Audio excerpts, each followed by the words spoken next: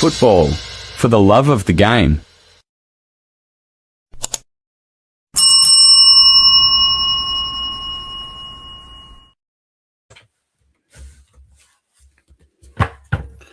Hello, good morning, good afternoon, good evening. This is Gant Football. We're here for Friday Night Football Club. So I won't say I plug this again because it's now becoming regular. So how are you? Let me know where you're joining from. Hey, Adiola, how are you? Let me know where you're joining from. Successful it was yesterday. Okay. So guys, if you are share the video, let people know that we are live this wonderful Friday night. So, hello. How are you? Let people know that we are live this wonderful Friday night. So, um, thank you for always staying tuned. I always I don't know how, but I just have to ask you what give you just thanks for your support. It's been very crucial because sometimes it might be very difficult for me to join the day this on Friday like today, but I have to just make time, so that I will not disappoint you. So thank you for always being there. So hello, Smith, joining from Lagos. Thank you for joining. Happy to see you, Mr. Speed. Thank you. Thank you for always, finding time to join me. I don't take you for granted. I don't take you. That's the reason why I said, you know what, today was slightly very difficult for me. I have to be honest to join, because of so many things. It's summertime now. So many things going on. So it was very difficult for me to join, but still, I said that I have to be here. I have to be here, and I want to appreciate all of you for finding time. So a lot of things to talk about today. So, and if you think that you like us so much, and give us super chats, I will take your comment. If you accompany that comment with super chats. So if you're also a member of the channel, you can join. I will make sure I prioritize your comment, and I always take that comment. So it's not a problem. So good evening. We thought you won't be here. Oh, I'm sorry. It's just that I don't know how to say it. So thank you. I didn't want to say, you know what? Just means like you did not ask me what come. I don't want to be like that. I want to be here. So let me just go straight into the show. Guys, good morning, good afternoon, good evening. This is Grand Football Friday Night Football Club. So people say that it's been like, this your, we want you to present it better, but the issue is this: you go pay fine. This is a club, so club, anything can happen in the club. So that's why I call it Friday Night Football Club. So let me fix that. Yes. If you have been joining me for a very long time, you know that I don't. Guys, like the video, please. Last time I ran, we had about 250 people, 300 people watching, only 50 likes because I didn't remind you guys. So you can forget. Please like the video. At least that's the least you can do for us to support us. At least people can know that at least what we are saying here makes sense. Is it okay? So please like the video, like the video. So 14 likes, let's get to 20 likes, and I will now start. 20 likes, 50 people watching already. 50 is fine. Then I just did 20 likes. Guys, like the video. When it's 20 likes, I'm going to start. When it's 20 likes, I'm going to start. You go pay fine. Good money. Oh, that's my brand. Please like the video. Kola Bright, like the video. Thank you, Kola. That's my guy from Germany. Thank you, Kola. So please like, share, and comment. Thank you. Like, share, and comment. So 45, but I'm going to start soon. So let's start. Okay, we have 19. Let's be 20 likes, then I'm going to start. We need 59. No, let's 20 likes. 20 likes. No, let's do 20 first. Then I'm reminding people to always like the video. So this still 19 likes. I'm waiting for 20 likes. So that's it. Then we can actually watch that. Good morning, good evening, Mr. Goswill Etuk. That's my football ancestor. Okay, 25 likes. Now. So let's kick start. So I like to start from the home front. So this week, the league is over, and so in Nigeria, we do things specially. The league is over, so we have to now play the conference, the what's it called, the Federations Cup. So last time around was the quarterfinals. I watched the game between Ikorodu City and Barao FC. So Ikorodu City beat Barao FC 2-2, 5-4 on penalties. Nasarawa United beat Plateau United 2-1. Wiki Tories also triumphed over Flight FC by 4 penalties to 3, while Chokoto United lost to Economic Warriors of Maiduguri by a lone goal. So I think Ikorodu City will face Nasarawa now in the semi-finals. For me, the team here now, I don't think the team can really do well, if they are going to play in the CAF Conference Cup. I don't think this team have enough finance to even play in CAF competition. Looking at Economic Warriors, there's no, they didn't do well in the last Conference Cup. Looking at Wiki Tories, I don't know what is going to happen, what they can do. So it's just crazy. It's just crazy. For me, I think I'm just going to be backing. I just think that Ikorodu City did not really lost out in the what's it called, in the league to 3SC.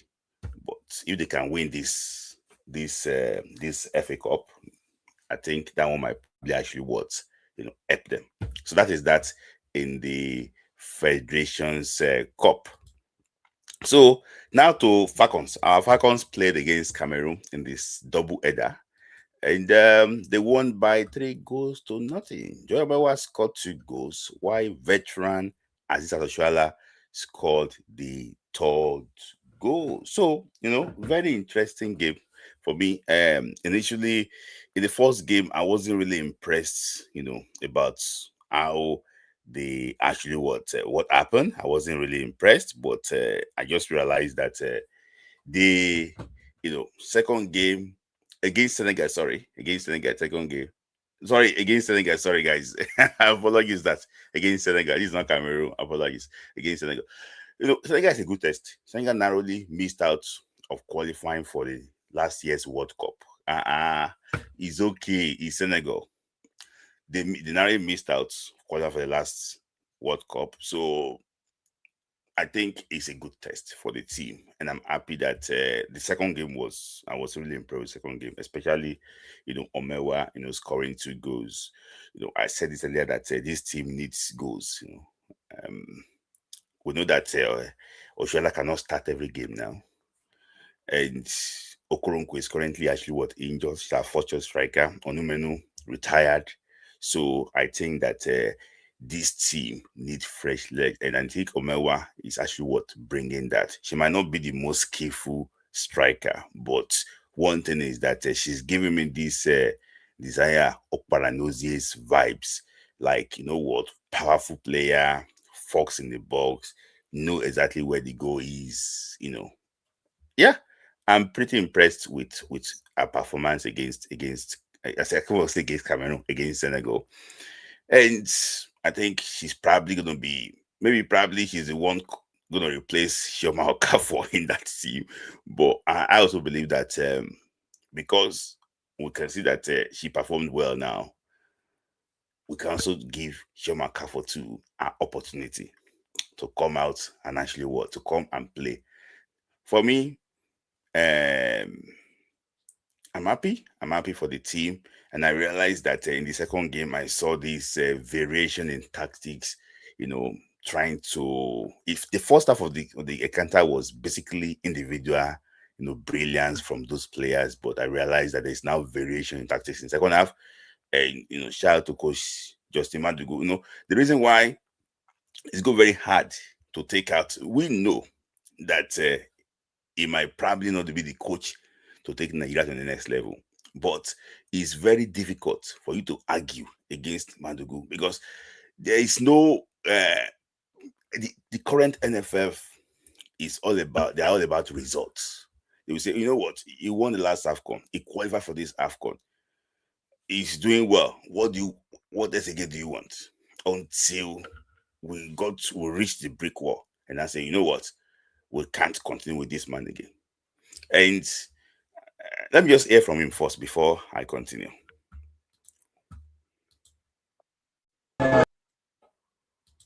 That's why we see now some of them that are still doing well. And also, you need to have a blend of the older generation and the younger ones so that they will pass on their own experience on the field of play. They try to teach the younger ones what success means. So, sorry, let me just. And they are still relevant in the team. With the women, the more matured they are, the better for you. And that's why we see now some of them that are still doing well. And also, you need to have a blend of the older generation and the younger ones so that they will pass on their own experience on the field of play. They try to teach the younger ones what success means. So that's Justin Madugu, the coach of our national female team, talking about the reason why he invited Francisca Odega and Ngozi Okobi, that his experience, that he wants them to help the younger ones so it can be transition from the old generation to the new one. So I don't know what to say about that. If you want to transition from the old guns to the new one, I think that they need to merit it. It's not about the right. They need to merit the call up. In my own opinion, I think, the guys, they actually what mentioned, the girls, they don't actually what merit that call up.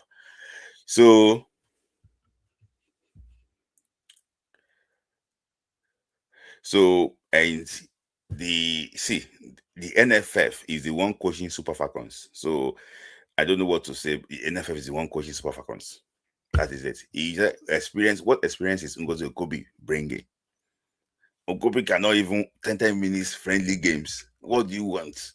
What experience is Okobi bringing? What experience is Odega bringing? When he brought Odega and Okobi in that game, Senegal gained. They start playing threatening us. So in my opinion, I just think that the current NFF needs to be intentional about it. I can't argue against him now because he's getting the results until maybe probably things did not really go our way. Then we can now talk. I'm even hearing that some countries too wanted to play the Falcons, the European nations.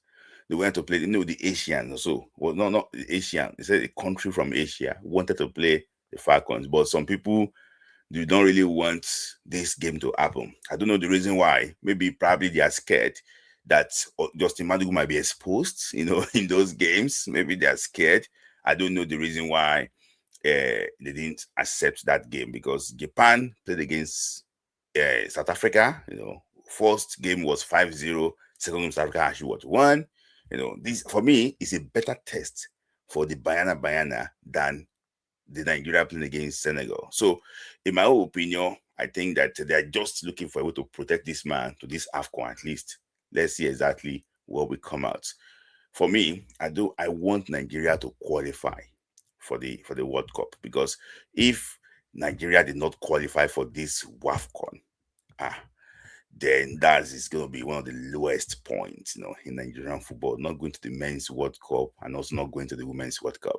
So I want us to qualify. But if Justin Madugu cannot take this team to the final, I don't think he should be the one to take Nigeria to the World Cup. So that is my opinion. We cannot say we want to move forward and we are taking 3 steps forward, 3 steps forward, 4 steps backward.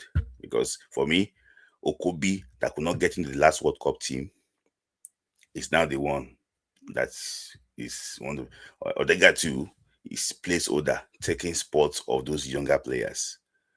For me, I don't know why these people don't get shame. But in my own opinion, I wish them the very best of luck. I think they're going to start the camp early before the WAFCON. Morocco is not saying anything about the WAFCON again. Morocco is not saying anything about the WAFCON again. I don't know why these people are just throwing tantrum. I expect publicity. I expect the if you don't go next month, I expect publicity. I expect things around it, movement around it. But the same thing, these Morocco people again, there's no, there's nothing around it. Is it what is the problem? They went to go and play CAF Champions League, then verse, then beat them.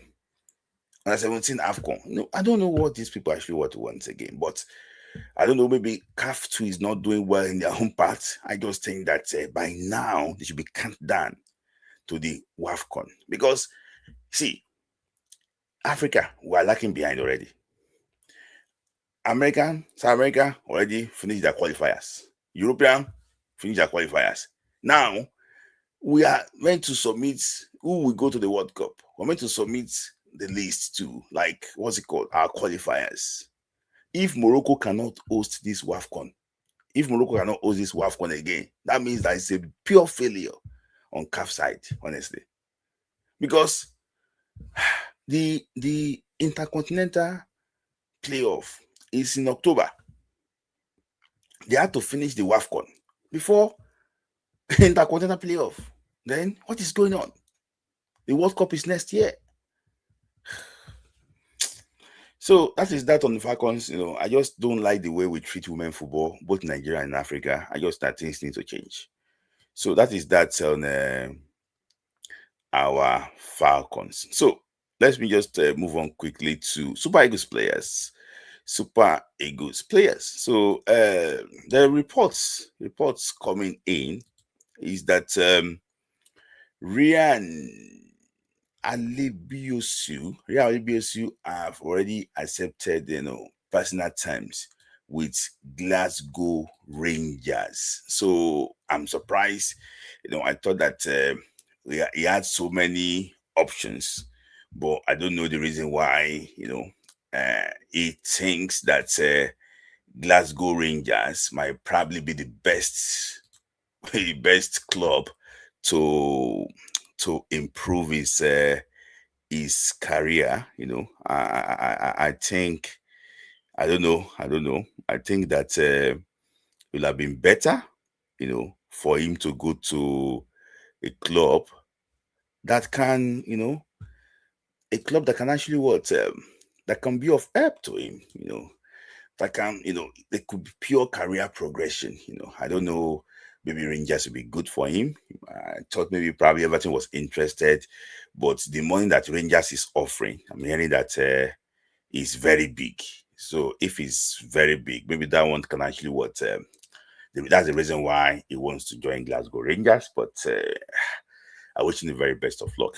See, you cannot even argue against that, because Rangers has been a very good hunting ground for Nigerian players, because Kevin Bassey started from Rangers. Look at where Kevin Bassey is.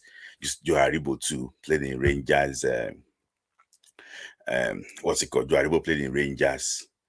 Leon Balogun played in Rangers. Emmanuel Fernandez again playing in Rangers. Meguma, I'm hearing he's going to be playing in Brentford next season. Also played in Rangers. So I just wish him the very best of luck. When he chooses club. I know that that's one of the reasons why he's not actually he's not here. He's not this thing. So I wish him luck. So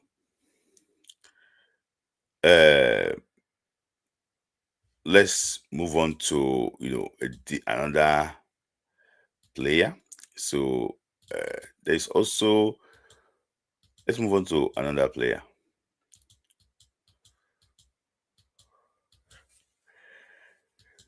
Okay, I think the other ones are just transfer rumor. But the reason why I'm taking this one is because personal terms already actually were there. So I think there's movement on this side. So let me just try and go on to World Cup stories, then talk about Super Eagles. Then we just actually want to wrap it up. So World Cup story, World Cup started yesterday in Mexico, and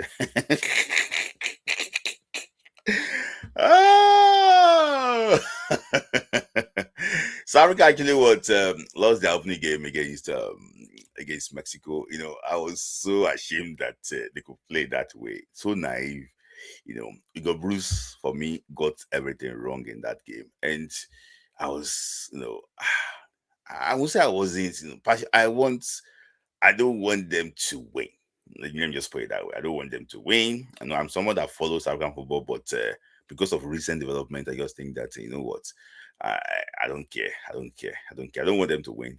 But the way they approached the game was horrible. He went with the sailor himself, Koliso Mudau, Audrey Modiba, Ime Okon, Umbukazi, CBC in defense line. I was like, oh my, what is it doing? Hi, like, you know, they don't play this way. They don't play this way. I think it was just nervous.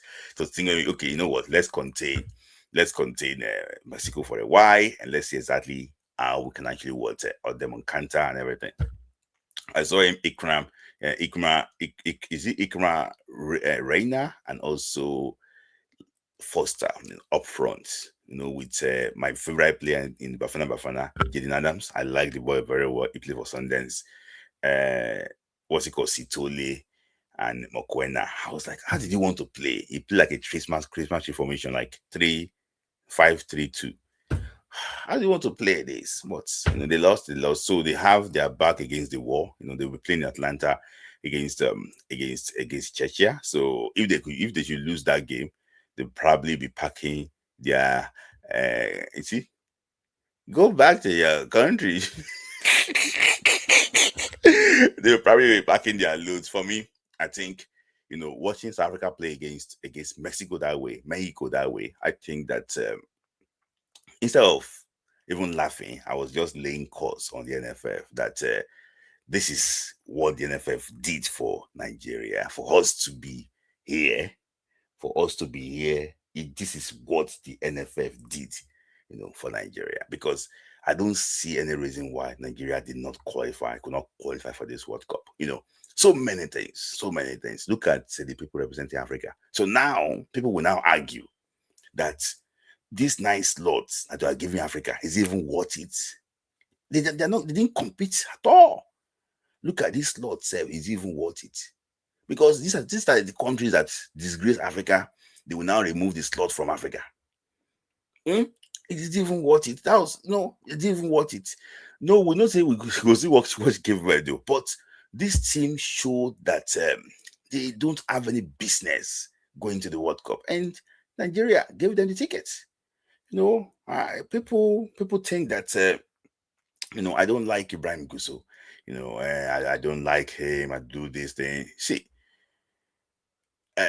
no matter how you want to blame those players, you have to blame the NFF, because the NFF, they're part of the reason why Nigeria failed to qualify for this World Cup. Selfish interests,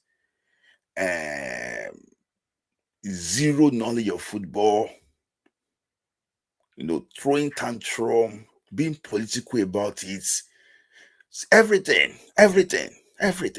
See, the day that, some people will be listening to me now. They know exactly what happened between Nigeria and Zimbabwe in Uyo. You know what happened in that game? Because of somebody's selfish interest. Somebody wants, God. Selfish interest. Hey, the pitch in Bloemfontein is not good, but we're Nigeria now. Let's go there and go and show them and go and beat them. The Nigerian team we have now is not like Nigeria of 94, not Nigeria of 98. That say, oh, let's go to that bumpy pitch and go and beat them there. No, these guys were born abroad. In fact, those of them too, they were not born abroad. They left Nigeria at a very early age. They played all their football abroad. With Nigeria now, they carry last. Let's go and beat them on their pitch. This is not 94, 98 or 1990. In 98, 97, Nigeria went to Ouagadougou to beat Burkina Faso in a very bad pitch. They even said that Burkina Faso buried Monkey on the pitch that day to beat Nigeria. It was a World Cup qualifier in 97. So it was a very bad pitch. But I think Amokachi scored 2 goals in that game. The Nigeria now is different. It's different. Things are changing. So you have to give them the best things to thrive. To thrive. Imagine, yes, going to Sudan in Omdurman, beating Sudan in Omdurman. That was what I want. So, all those things we just change ourselves. So they lost 2-0, 2 red cards in that game, 2 red cards for South Africa, 3 in total in that game. They're bottom of the group. They play Czechia next. Today too, no, the Korea also beat Czechia 2-1 and then late kickoff. Why Canada drew 1-1 against Bosnia just a few hours ago. So it continues. USA play. I think USA will play this evening, and also maybe probably tomorrow. This is going to be the big game between Morocco and Brazil. So I'm still come back to the NFF later.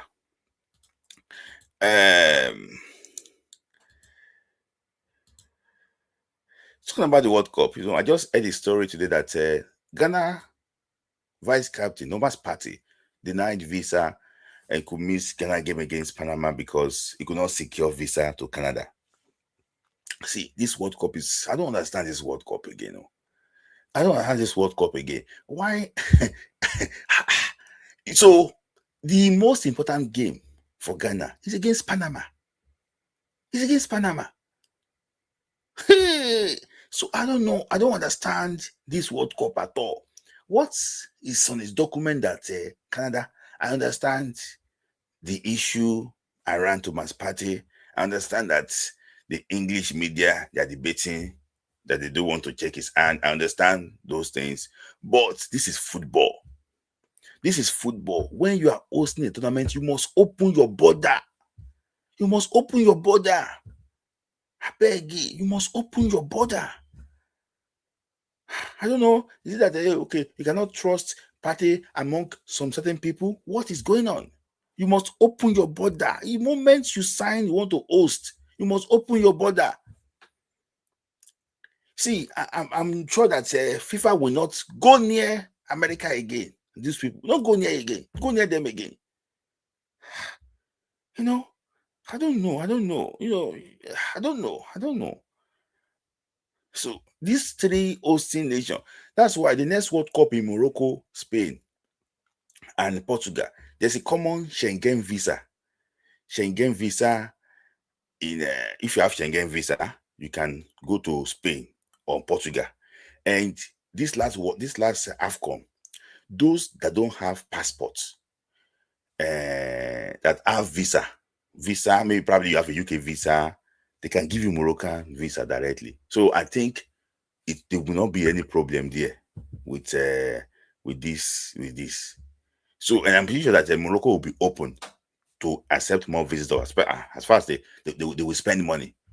So Morocco will be open to accept what? More visitors. So it's just crazy. It's just crazy. But I just hope that they can sort it out. But for me, I'm not really happy. Ghana needs Partey in the game against Panama. This is the most important game. Is it the most important game? Maybe it's your this thing. You are lagging. I don't know. It's not lagging here. Why reasons did they give to Partey deny? They didn't give any reason. Just that it has been refused. So, but Salamso, you might probably have an idea of the reason, the story around him. So the story around him, you understand the story around him. So maybe probably that's the reason why they denied him the visa. But in my own opinion, I think that I can check myself on the I have one camera here. I can check myself. I'm not lagging. It's not showing that it's lagging. Maybe it probably is you. So that is that on Thomas Partey. I wish him, I just hope that Ghana can get the result against Panama and secure proper win against Panama. I wish them luck on that. So,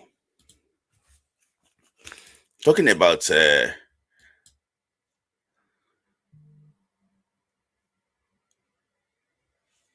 Let me just take super chat quickly. Okay, thank you. That is why I made my man. Let me take super chat quickly. I made my man. That's my man. Ahmed Ayuba Ahmed. Always, we find time talk. I made my man. uh, so, hey, you see what happened when a team which are not supposed to be there get princess treatment or special favor. How can we play 7 out of 10 home games, even DLC? Imagine. See, I'm going to that one quickly. So talking about people send me this thing that the the the the governor of Bauchi State, Bala Muhammad, so that he went on national dailies. He used a page to to advertise Zadok Yohana and congratulate Zadok Yohana on his move to Brighton. See, the issue is this. I don't know how to feel about this. He's got the right to to congratulate, Zadok Yohana, but I just don't like this noise. I just see the boy moved to Brighton. The boy need to perform in Brighton. That is the issue. The boy has moved to Brighton, and the boy need to perform in Brighton. So it's not the end of the road yet. The boy need to do well. So all this noise around him, I even heard that the boy was on TikTok live too. Which in this DNA age, it's very difficult for you to uh, tell players what to do with their life, because being a footballer is one of the most boring thing ever. Being a footballer, because I've worked with, you know I had footballers around me here, championship players. I know exactly. Guys, like the video, like the video, like the video. Thank you. Like the video, like the video. Thank you for reminding me, Kevin Marvel. Like the video, like the video. Last time I ran, I did not get enough likes, 50 likes, because I didn't remind you. Like the video, like the video. So he used Bauchi is proud of you. Me, I cannot say our footballers should live their life. I know it's extremely what very very boring life. That's why sometimes you see footballers, these boys, they travel from everywhere, go to club, enjoy before the next day, not training. So, but in my own opinion, I watched Maker, Maker growing up, and the way Maker lived. Your chats, I can see your chats. I can see your chats, Salam. So, I cannot blame anybody the way they live their life. But I just remember when Mikel was even one of the best young players in the world. Then, you can see that he doesn't care about all these shine things. He was focused on his football, and you know. So, in my opinion, I just think that the boy, if there's any distraction from anywhere, the boy should make sure that there's no distraction, because now it's now left for him to deliver, because he cannot say that they did not try for him. They don't give him the platform. It's now for him to come and deliver, because if he did not deliver, it's going to be big failure. So it's now left for the boy to deliver, because the boy never arrived at all. He never arrived at all. He has not proved himself in the top European leagues. So all these things, all this noise, we need to be very careful, because we're becoming political. Amagi spoke about him the last time around. Everybody is talking about him. I understand that. He's the most expensive teenager in the history of Nigerian football. But this time around, we need to be very careful to manage him. To manage him. So that is my opinion, about him. I wish him the very best of luck. I saw him, I didn't even know that he's that mature, was on TikTok live People say that he's towing the line of a particular player. I don't want to mention the player's name, but but he needs to just be very careful. He needs to be very careful. How is that on Zadok Rihanna? All lights will be on him because for them to spend that type of money on him, all lights will be on him in England. All lights will be on him. So now he needs to deliver. He needs to deliver. He needs to deliver. He needs to deliver. So so I saw. So talking about people suggesting who can be the NFL president. So I said that every week I'll be talking about who I think can be the NFL president. So today it's going to be this man. We'll talk about him. He's Honorable Kunle Shoname. So he's not a stranger in Nigerian football. He's a former politician. He's now into sport betting. He's into aviation. He's into everything. So and yeah, for me, I think it can do a better job as the NFF president. There's nothing that about that. See, what we lack is people that loves the game. I don't think Ibrahim Gusso likes the game. Ibrahim Gusso is more of a politician than a football administrator. If you look at his resume, it was the chairman of chairmen. I see Adeola. I know one while Adeola, I know one while. So he's the chairman of chairman. I'm talking about Ibrahim Gusso. So it's more of like a political post because when he managed Zamfara United, it was so bad. So it's more of a political, person as Ibrahim Gusso. He's not really a football person. So that's why you don't blame him sometimes when he makes all these stupid, senseless decisions sometimes, it's because that is not his thing. And it's also part of the Amaju Pinnick political dynasty. I'll call it that way because they are together and they run this NFF like politics. So I think Kunle Tsuname, he got an academy, he successfully ran, won the league with Raymond Stars. He knew exactly the problem of Nigerian football, been in the system from grassroots for so many years.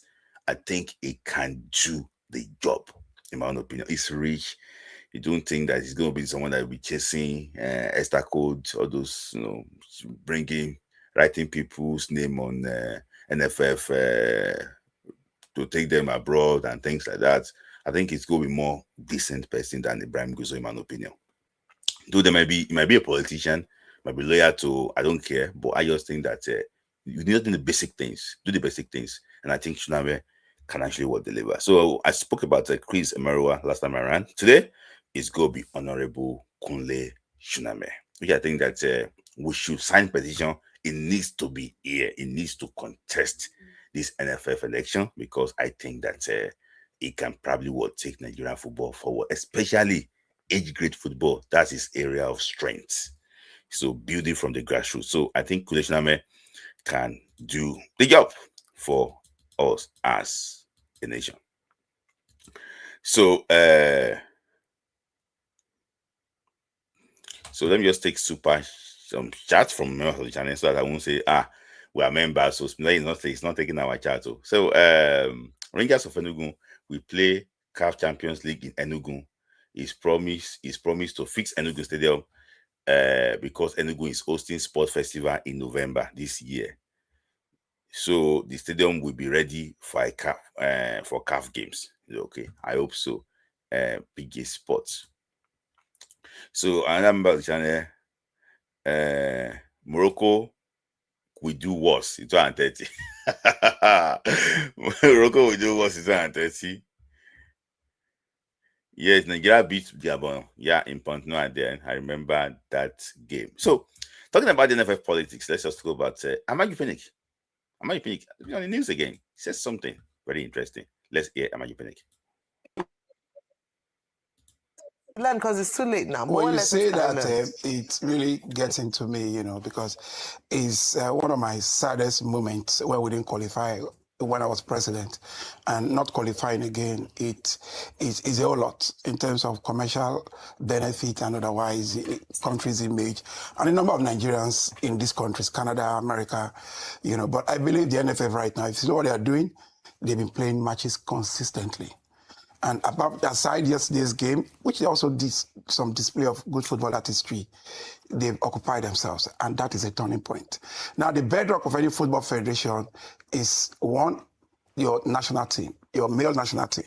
And I believe that we are getting it right. We have a coach, we have a football, we have a team, and we have young, enterprising players. Then watch out for this Joanna.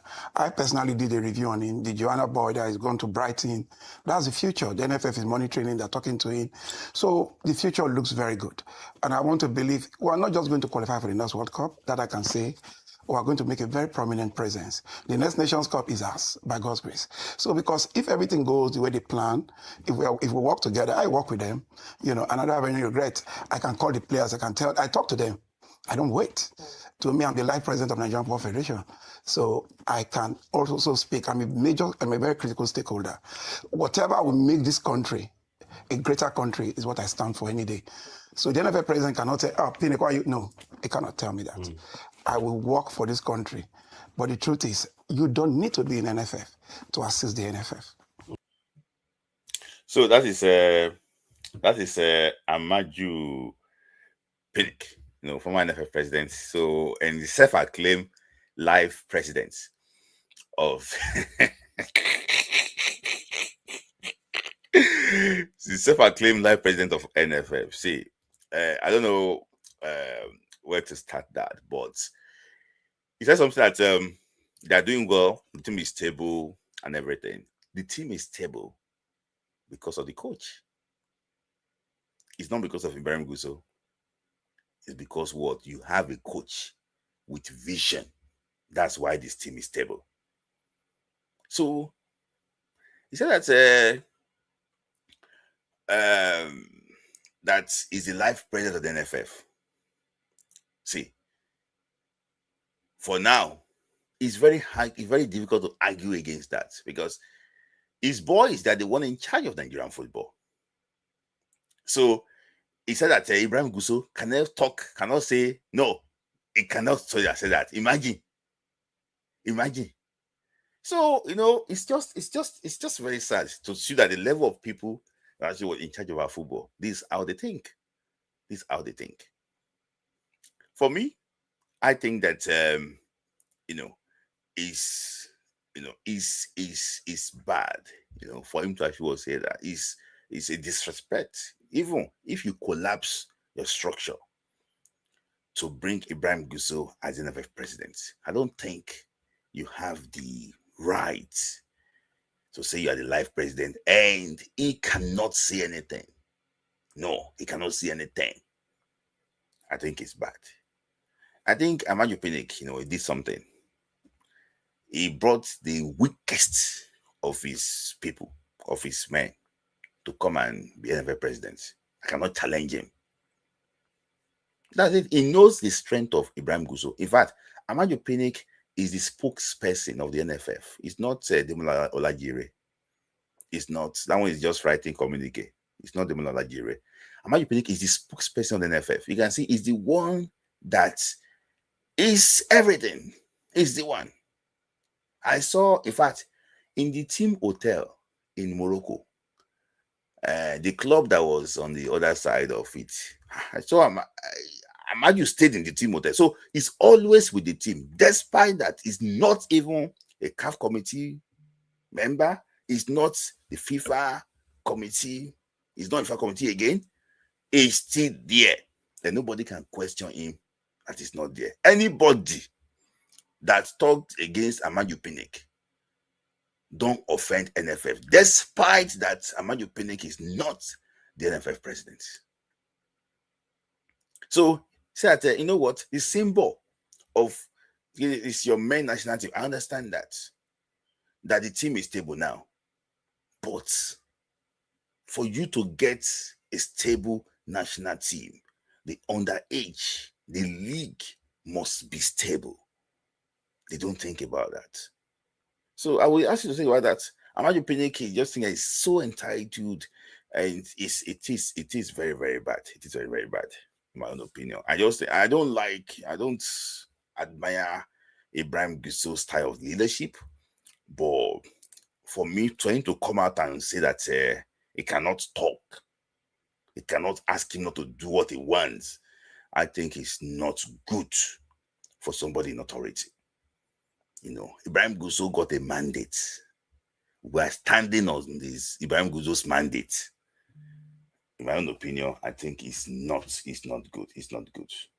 I hope that the man can break himself from the shackles of Amaju Pinnick and also be a man for himself. The man has been failing in all areas. He's not doing well in Wafubi. He's also not doing well as the NFL president.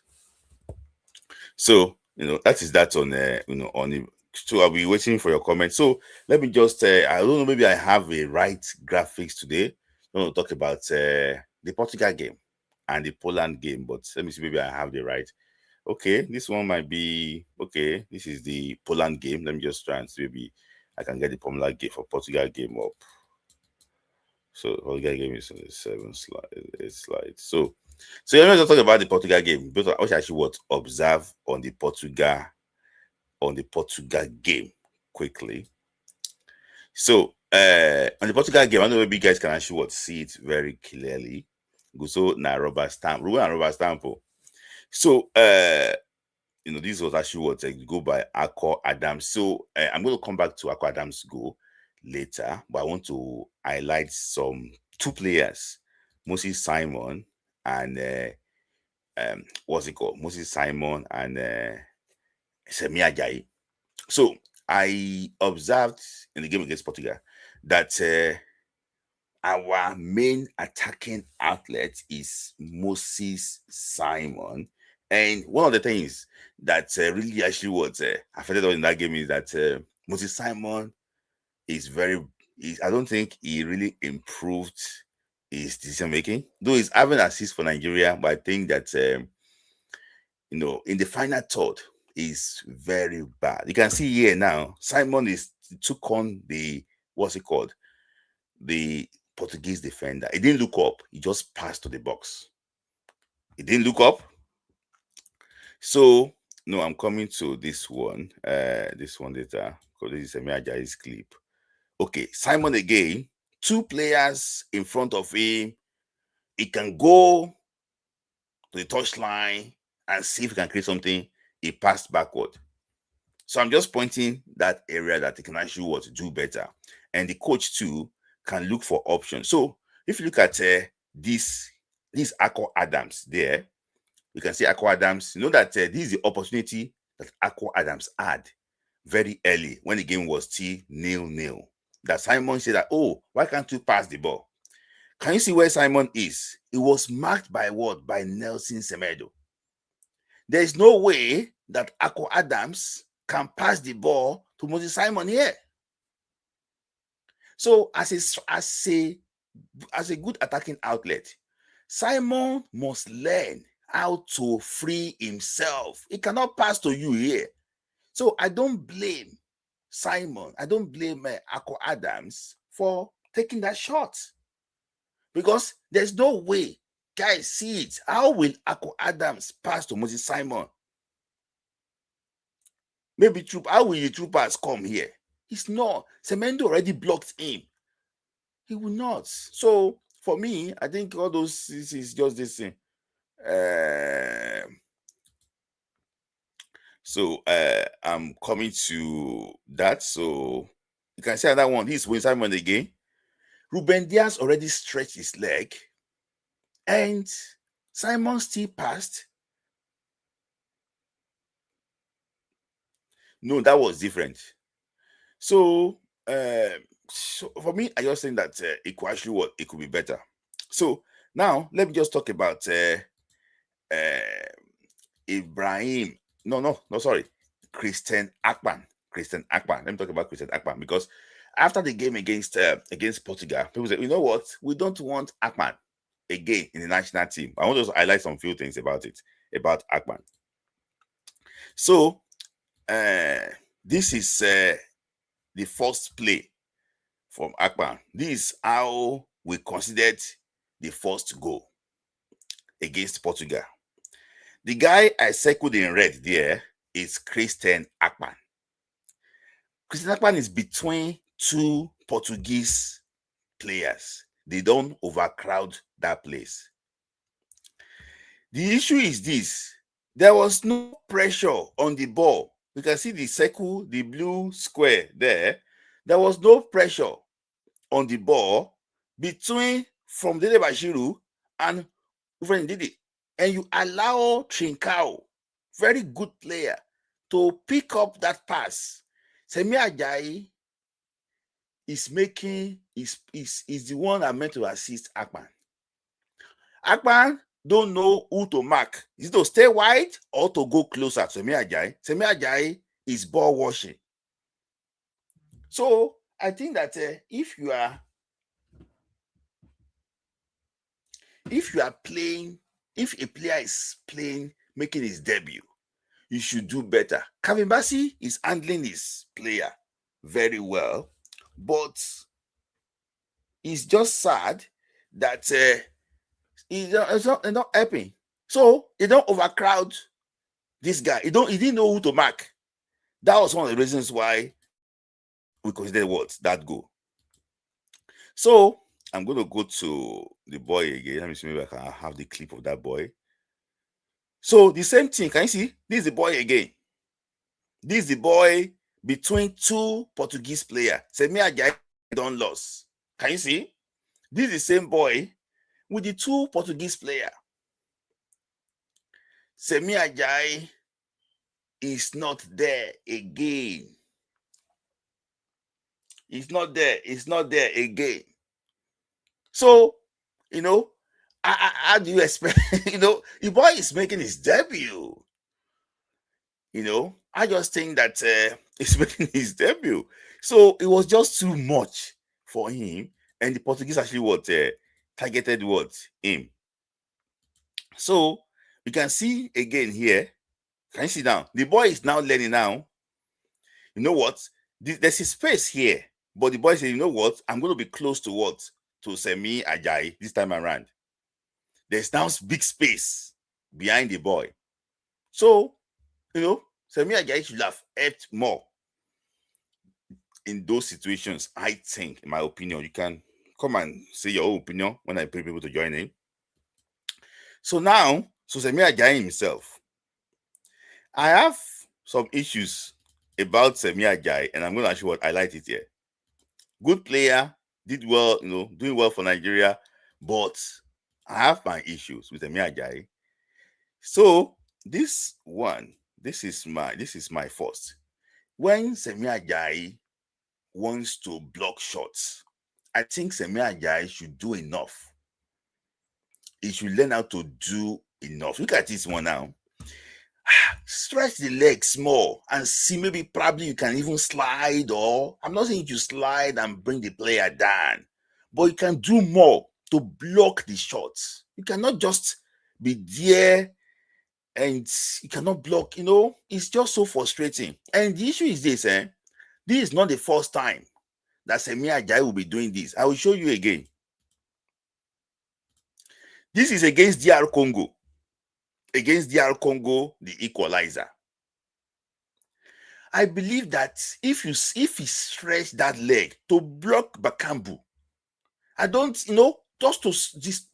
was a clean strike. He just crossed the ball to block Bakambu there. He did that same thing. Look at it. Against Benin Republic. Can you see this one now? This is against Benin Republic in Uyo. Against Benin Republic in Uyo. Look at Semi Ajayi again. He gave that boy space, enough space. I can't just play the video because of the sequence of, I don't have the right. He gave that guy enough space. They would have equalized. That'd be 1-1. So, that be able to show your presence, do better. Do better. Do better in those situations. And I think that is lacking in his game, in my opinion. That is lacking in his game.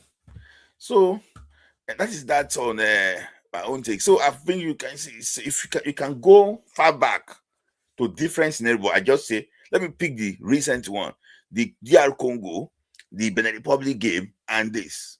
You can just try. So say that who watched Boston defender block Canada strikers shot today by sliding. That is it. Just put extra leg. I'm not saying I'm not saying I didn't abuse him. Just saying that he can do better in those areas. So that's the reason why I just said, you know what, I'm not pointing out to me Ajayi, and also what I like. What's it called? Also I liked this guy, Moses Simon, and also what Ibrahim, no, not Ibrahim, also this guy, what's his name, Christian Akpan. So last person, we talk about Chukwueze. See, there's nothing I want to say about Chukwueze again that you don't know. Is Chukwueze reliable? You can answer the question yourself. Can you say you want to take Chukwueze to, because I asked Chukwueze, I go win this game? Can you say that? No, except you are deceiving yourself. Chukwueze, we have one game in 10 attempts. One good game. See, I said that this Chukwueze came to camp to come and play 10 minutes from Nigeria. When I heard the reason why he came, I just calmed down slightly. But I know some few things, but I just think that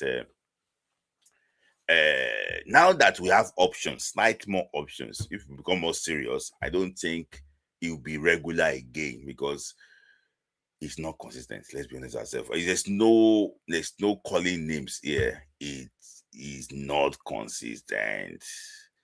It's not consistent. Let's just be honest with ourselves. You cannot say you want to go to a war and it's going to be what Samuel Chukwueze been there. It's not consistent. It's not to backbite or to talk down on him. Himself, we know that is not consistent. He's a talent, but it's not consistent. Let's just leave it that way. I appreciate him playing for Nigeria. It's not easy. He just buried his mom, traveled to Portugal to play this game. He's gonna go back again. It's not easy to fly, and it's not easy. But I just think that this is not Samuel Chukwueze. It's not consistent. So, but you know what? I wish him luck. I hope that he gets a good club this summer. They can play very well. But the issue of saying that if he's fit, he's coming. No. If I see Chukwueze on the list now, I'm not excited about saying Chukwueze is there. He got potential. He showed that when he turned on 5 and 17. But for me, I don't think we're getting enough from him. So, Smith, what about what? Macadeli. So, the issue is there. Let's just talk about the coach quickly. So, the coach, after this game, the coach is planning for the future. So, the coach thinks that he's looking for, areas he can strengthen in that team. He wants a striker. The coach wants a striker. We used to be blessed with so many strikers doing well in Europe, but this time around, this last season, it's not been the best for our strikers. Let's be honest ourselves. Onuachu is doing well for his club, Trabzonspor, but I don't think the coach wants to rely on. Okay, what's that?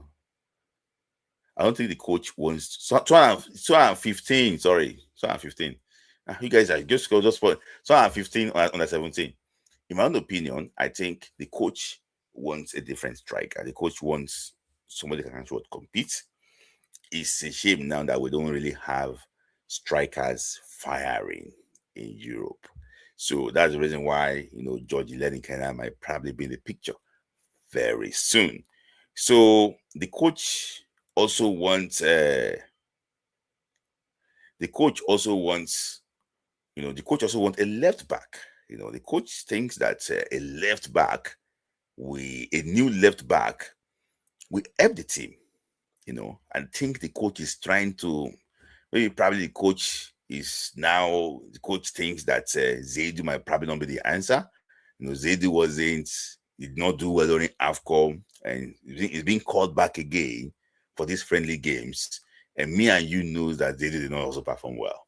So I think the coach is trying to move on from Zaidu Sanusi. If you remember, Zaidu Sanusi used to be the coach first choice, because during the qualifiers, he played Zaidu in that friendly game.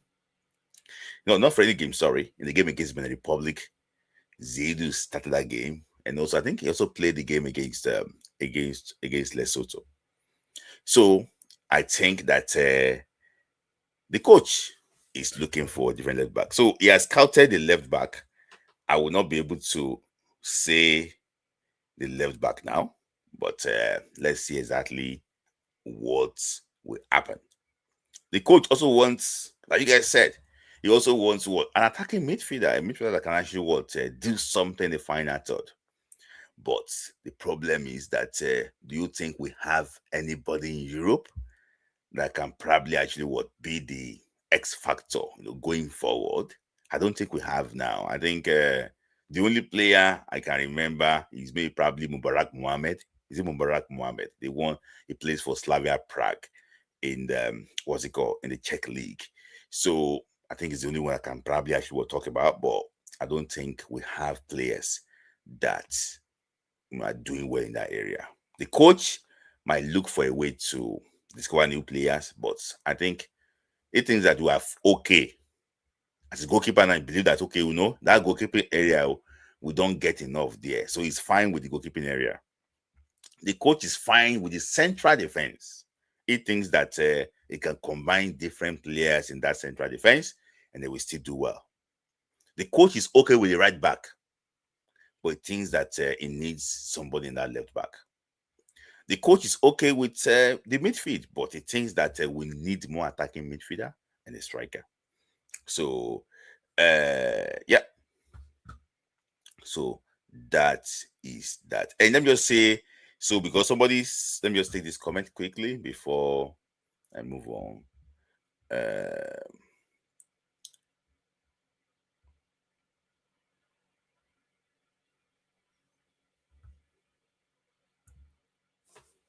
So please give us the hint of the left back.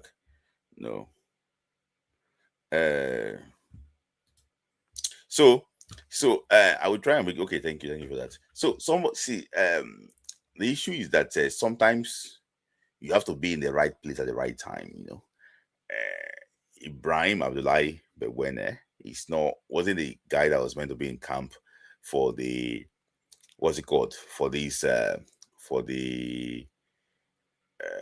for this window, but because the other player are not actually available, that's the reason why he's here. So shout out to him. Just for me, I think that you have to take your opportunity.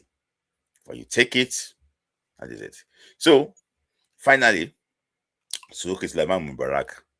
So somebody messaged me that I don't like Ibrahim Boso, Ladan Boso. That why?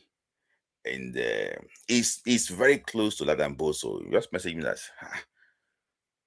that's why, guys, if you have different opinion to what we are saying here, you can send request and come and say it. It's not as if it's a one-way thing. If you think that Ibrahim Gusso is doing well for Nigerian football and you have your facts, you can come and send request, come and tell us. If you think that Shehu Diko is doing very well in Nigerian sports, or Lopade is doing very well, send request. Come and say it. Don't be scared. Say, oh, Smilai don't talk well about these people.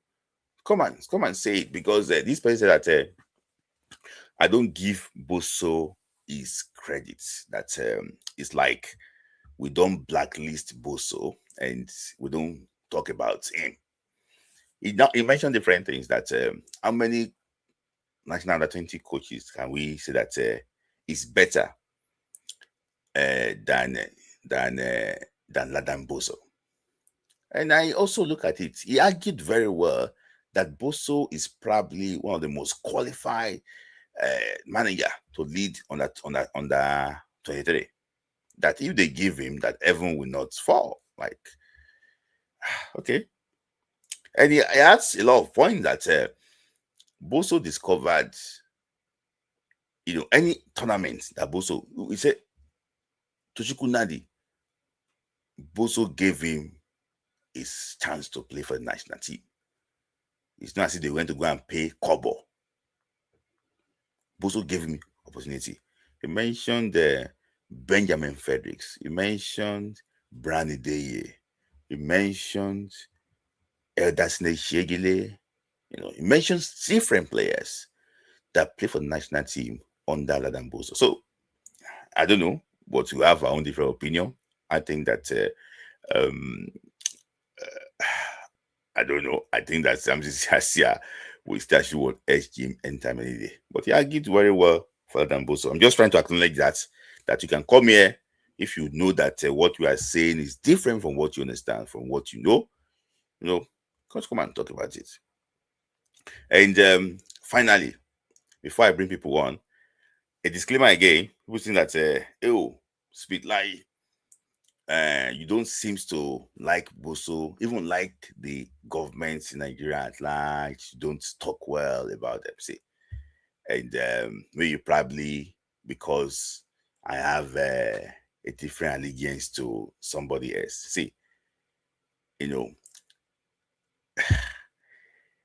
we have to, when we see that something is not right, Nigerian football not being run properly, we must be able to talk. And that's very important, because I have my own opinion about how Nigerian football should work. Doesn't mean that somebody is paying me somewhere to talk than maybe to criticize Ibrahim Gusso, because there's a way they want us to think about them. Oh, because he's talking about the Bible because he doesn't like me. No, it doesn't matter. The basic things that we need in Nigerian football, you should do it. So it's not as if we have any allegiance to anybody. What we are saying is that we deserve better. Now we are talking about Nigerian football. No country, no Nigeria. There's Super Eagles at the World Cup. We're not there. So it's not as if we have, like, some people can have independent opinion. It's not as if somebody is saying we should say some things against the government or against the NFF. It's because this is what we see. And if you think that what we are saying is wrong, you can come online and come and prove us wrong with a good evidence, not argument, empirical evidence, not argument. So I'll just bring people on quickly. So guys, make it snappy. I'm ready. Actually, this is already nearly 12 midnight in the UK. So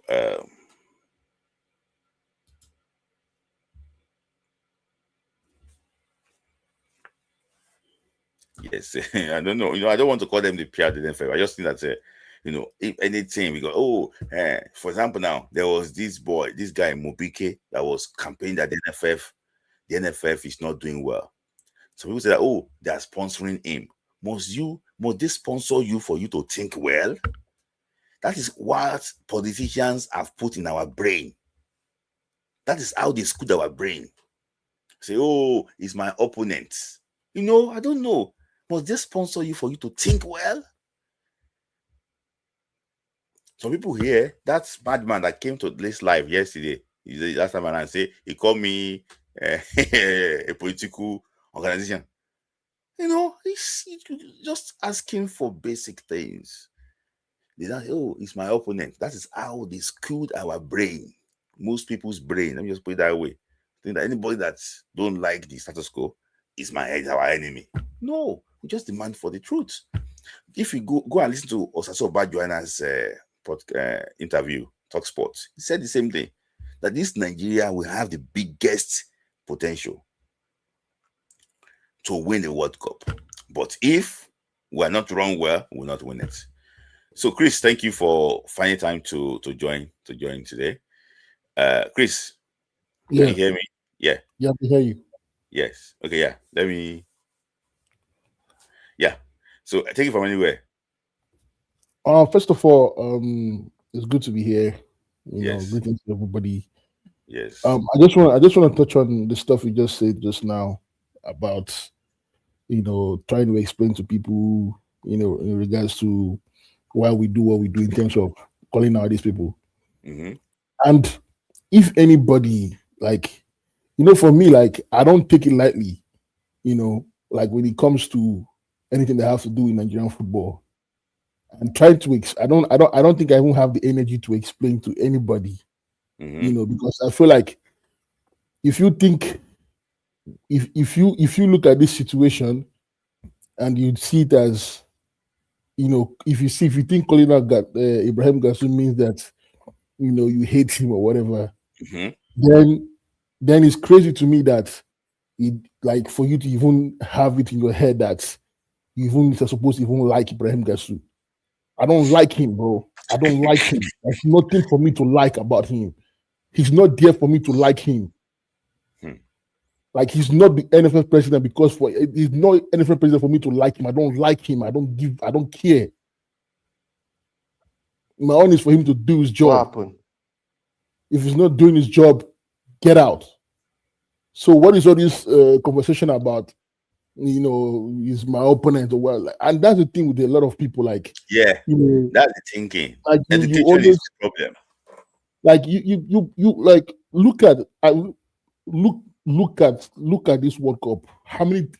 For the first time, 10 teams from Africa qualified for the World Cup, and we didn't even make it. We didn't even make it to the World Cup. Back to back, we haven't qualified for the World Cup.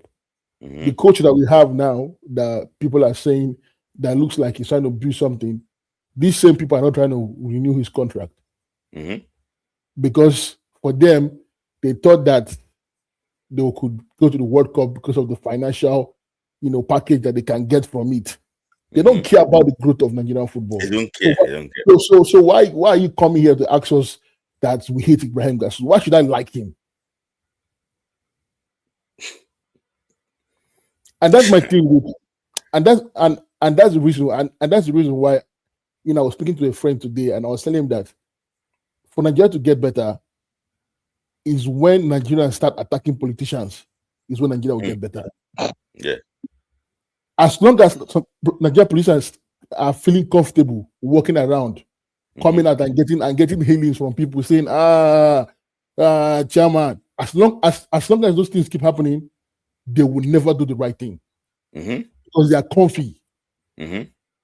It's still when someone like Wike goes outside and someone stones him with a Molotov cocktail and set the stuff.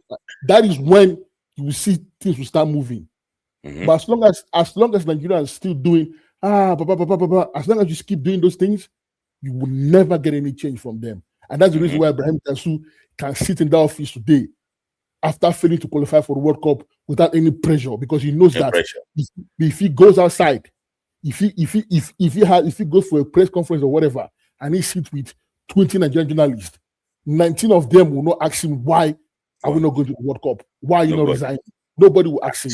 Before the press conference, I hear this what they do, they will give them envelope already. So what will brand envelope journalists ask Ibrahim Gassou or Shehu Diko? They will not ask anything. They give you 5,000 naira. The 5,000 naira they give you. No, see, would you respect? Somebody might be listening to this podcast now, and I will say it here. I don't care. Is that the one administrator is journalist? So before they even start the interview, he bring money out from his pocket. Dollars take first. Yeah, let's start the interview. So what will that person ask again? Exactly. So we keep selling ourselves short. So we keep selling ourselves short and expecting these people to do something different. No, they know what you want. They know you don't. They know your consign is not deep enough, so they can give you $50. I said, Papa, give me $50. Okay, sir. You know you have been doing a good job. You know the women's team just won the AFCON. You know you have been doing very well, sir. Sir, what should we expect in coming? That's a stupid question you ask, because at the end of the day, you're a buffoon, a monkey. There's no difference between you and a monkey. A monkey at least fight for something. There's no difference. You're worse than a monkey. Okay, Chris. Looking at it on a different note, let me just ask this question, Chris. Do you think that journalists really is really sustaining? Like, do you think they can sustain themselves like in Nigeria? Is it like lucrative? Do you think that compared to the Western world where sponsors are raised, do you think that they will have enough sponsors? Or see, the thing is this: Nigerian football getting better. For journalists to make, for them to, be successful in the field they're in terms of like, or whatever it is they're trying to do, is when the football in Nigeria is good. When things are working well, yes, they will make money. But these guys, some of them, as per Nigerian person, I tell I am bad pass. They don't care. They don't see that. They don't see it like that. They're only like, what am I getting now? If, let's say, for example, these guys that call themselves journalists, they come together. They come together and say, you know what? We not qualify for the World Cup back to back. We can't let this thing continue because we're not going to the World Cup. We can't. There's no traffic coming to our page because there's nothing we can talk about. So let's do an investigation to what happened during this whole qualification process, how we messed up, and let's put it out for people. Today we'll drop this article. Then we'll drop another one. Let people see. Let people read what happened. But they will not do it because for them they are hoping that tomorrow when they qualify for AFCON, they can tell Baba so they can join the flight or whatever it is to go to the where they are hosting the next AFCON. Chris, before you move on, and I'm going to ask Esco too. I don't know, maybe some of us are Christian here. You say, oh, you know what? I was called when I had this encounter, maybe probably with God, or I became pastor. We used to hear those type of things. I heard Muni Alao. Muni Alao is probably the best storyteller in the history of the Nigerian football. Right there. I don't think anybody come close. All these people that are here now, they are just half-baked journalists. I don't think anybody come close to him. He said something. He said that he was a young boy when Nigeria won the 1980 World AFCON. He said, as a young boy then, he said, when I grow up, I will write about this team. That was his encounter with that team. The love was there from the start. Are you getting me? Now, fast forward to qualifying Nigeria for the World Cup in 1994. We have not called that before. He went to Europe. He went to Ecuador Force with this placard. Say, USA, here we come. He was gingering players in Belgium, in Holland, in everywhere. They were saying, Nigeria, here we come. Things like that. That is pure journalism. He was doing that. He was even helping the country. There was this thing, we have to go. So he was gingering them. He said he didn't go to Greece there. I think he was playing in Greece, but he went to Holland, he went to Belgium. He's very close. He has this, there was no Schengen then, but this common visa that he can use to travel, he had that. But I fast forward to this day. Some of these guys don't even know this team. So I think maybe there's no connection between them and this team. So it's more of like a job, not a passion. Do you agree with that, Chris? Yeah. I do because if you look at what happened in the last AFCON, where the coach told them that that he didn't want any, he closed the camp and said he didn't want any no interview, nothing. And we saw the reaction from that. It wasn't about them saying, okay, let's let the coach do what he needs to do. This is something that we need to all support this thing. But instead, what did we get in return? They were busy saying that, praying that they should lose the next game. So someone came online and said, all the money I spent to go to Morocco. Are you like? It's what I'm saying. Like, some of these people, they only care about themselves. That's the thing. They don't care about what are we doing to what do you call it, to push our team, to make sure we get the best out of our best. I saw someone the other day say something on Twitter that what's his name, that guy Ogala Media, he's ready to push any player to play for the Super Eagles if you give him the right amount of money. He can wake up tomorrow morning and tell you that Humble Henry is the best right back. He's the best right back. He will tell you that Humble Henry is better than Alebiosu. Humble Henry is better than Brighton. He did Super Eagles 11, and I saw that. He said that if Sadiq Ismail right back, Omeru and Tiaminu left back, and Sanusi, Omeru and Tiaminu center back, then Sanusi left back. So that should be that's for him. Now you see, he's always, you see him.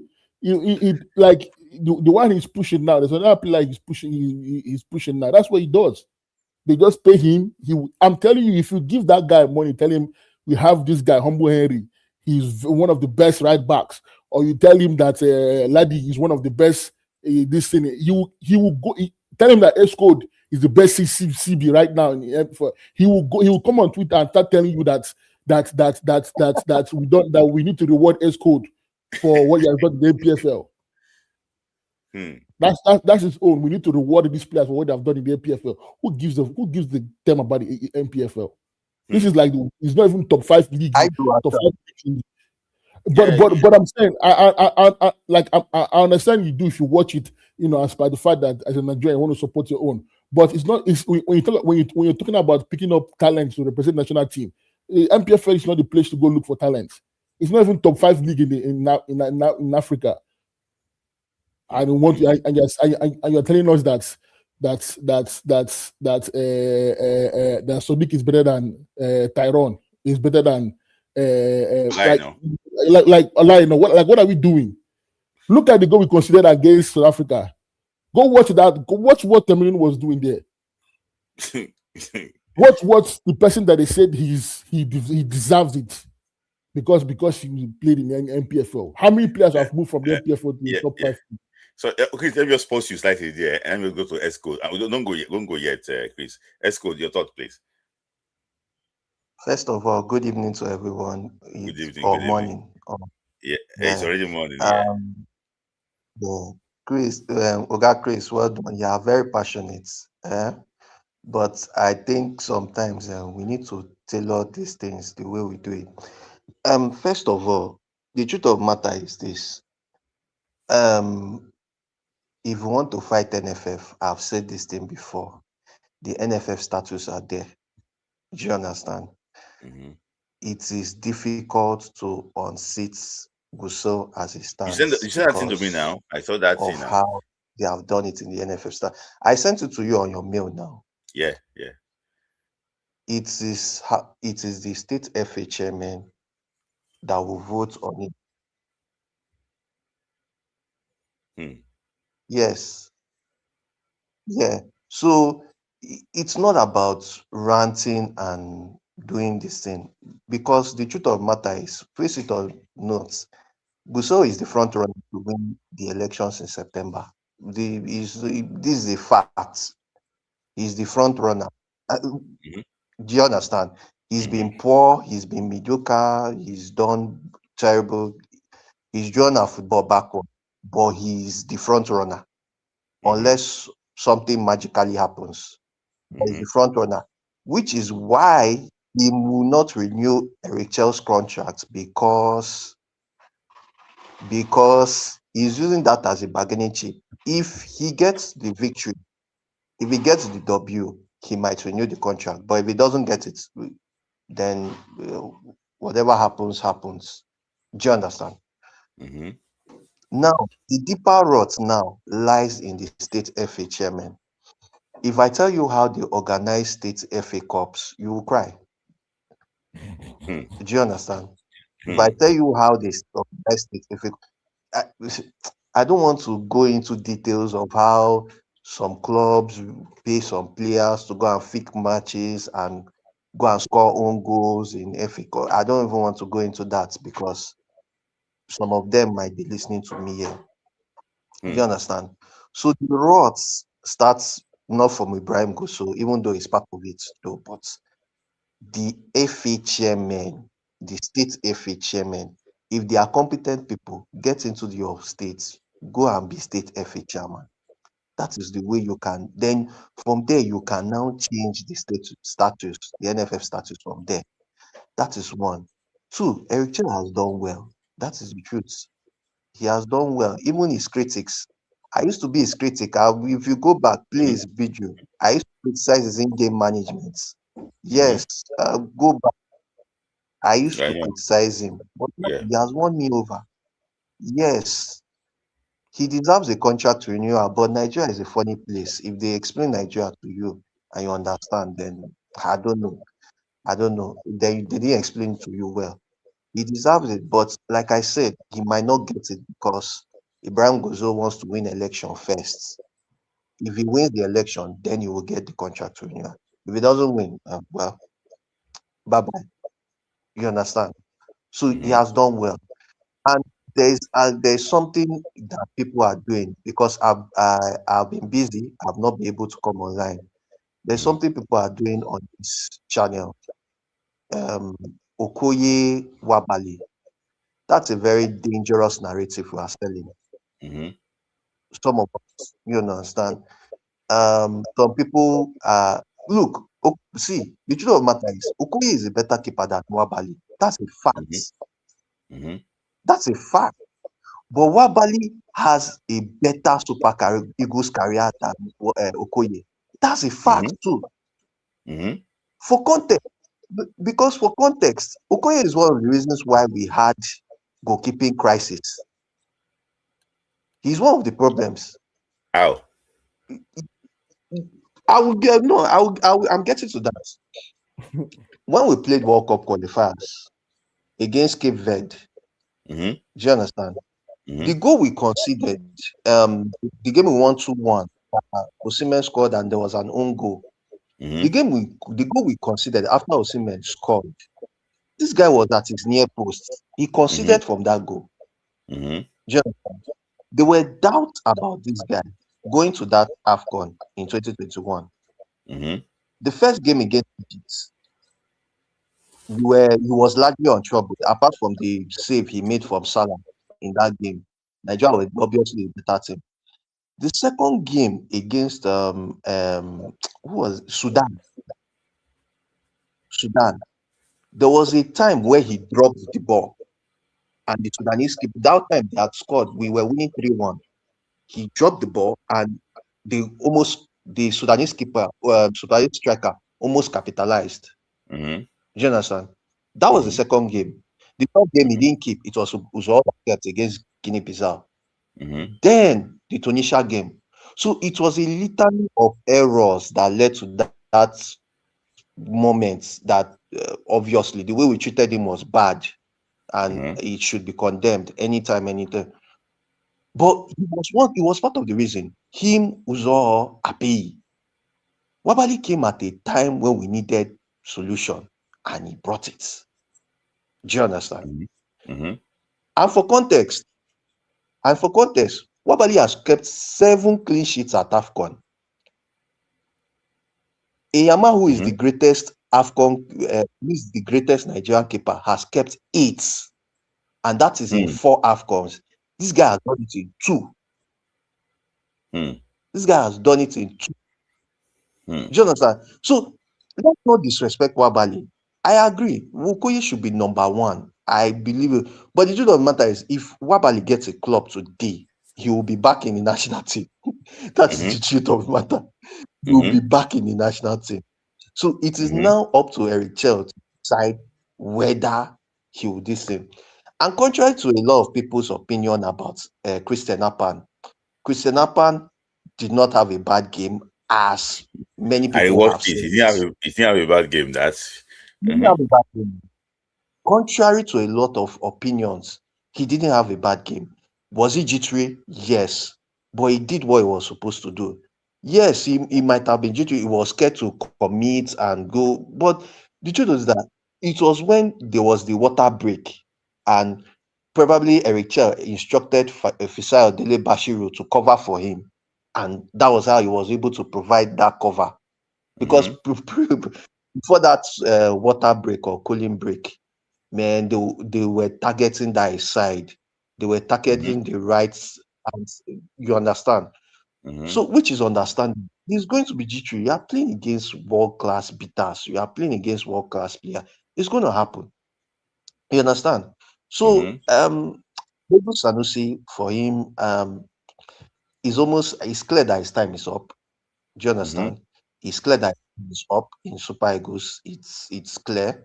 You know, I especially that back pass, when he gave that back pass, I could see Eric Chell's reaction. That tells you of a manager who is like, I've had enough of this guy. Do you understand? Then for Madugu, about that thing, see, Okobi and Odoga are going to WAFCON. They are going. The man is not stupid. He knows what he's doing. He's setting the ground already, so that in case we come here and rant, Okobi and Odega are going to AFCON. They've settled. No reason now. Okobi and Odega are going to AFCON because he's not stupid. He's deliberate for what he did now.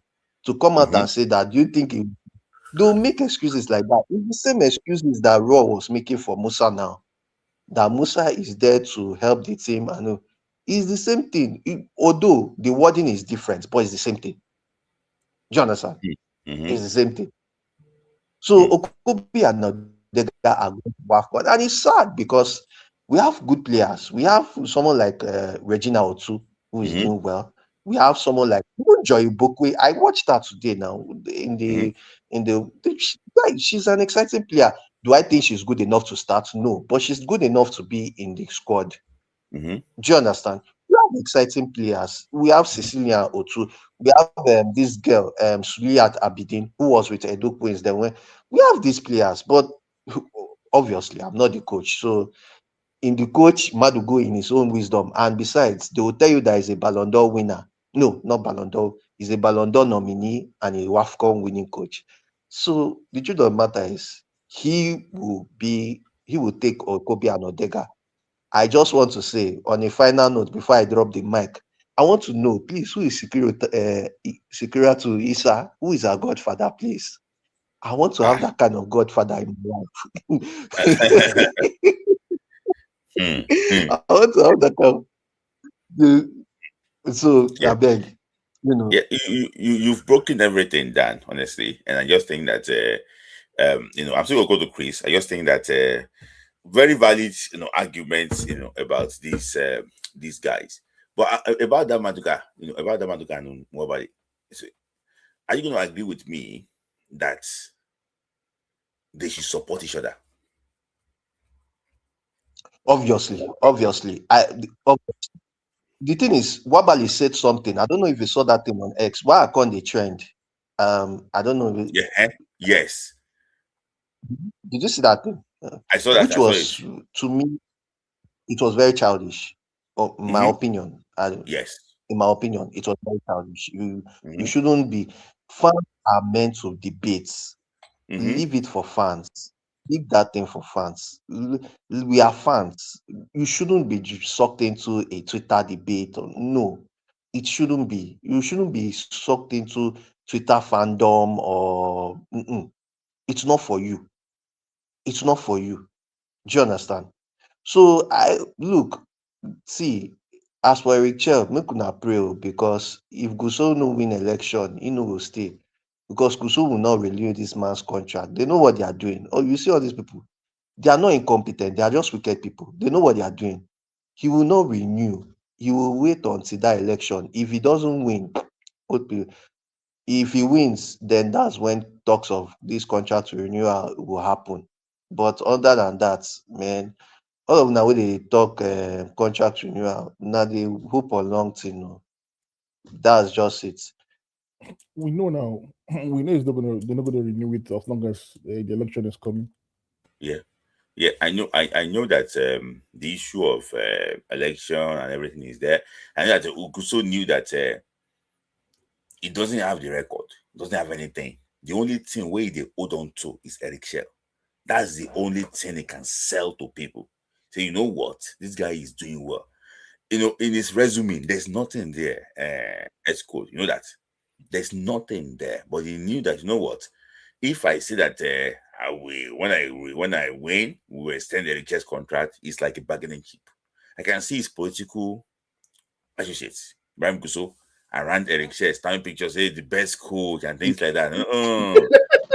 Yes, they are playing political card on that Eric Shell, so that you know what. I know that some people too, according to Austin Appan, he said that they don't want Eric Shell they don't want him to renew because they want to go and bring another person that they will say, okay, you know what, they are consulting for him. They want to bring him to, you know, his interest.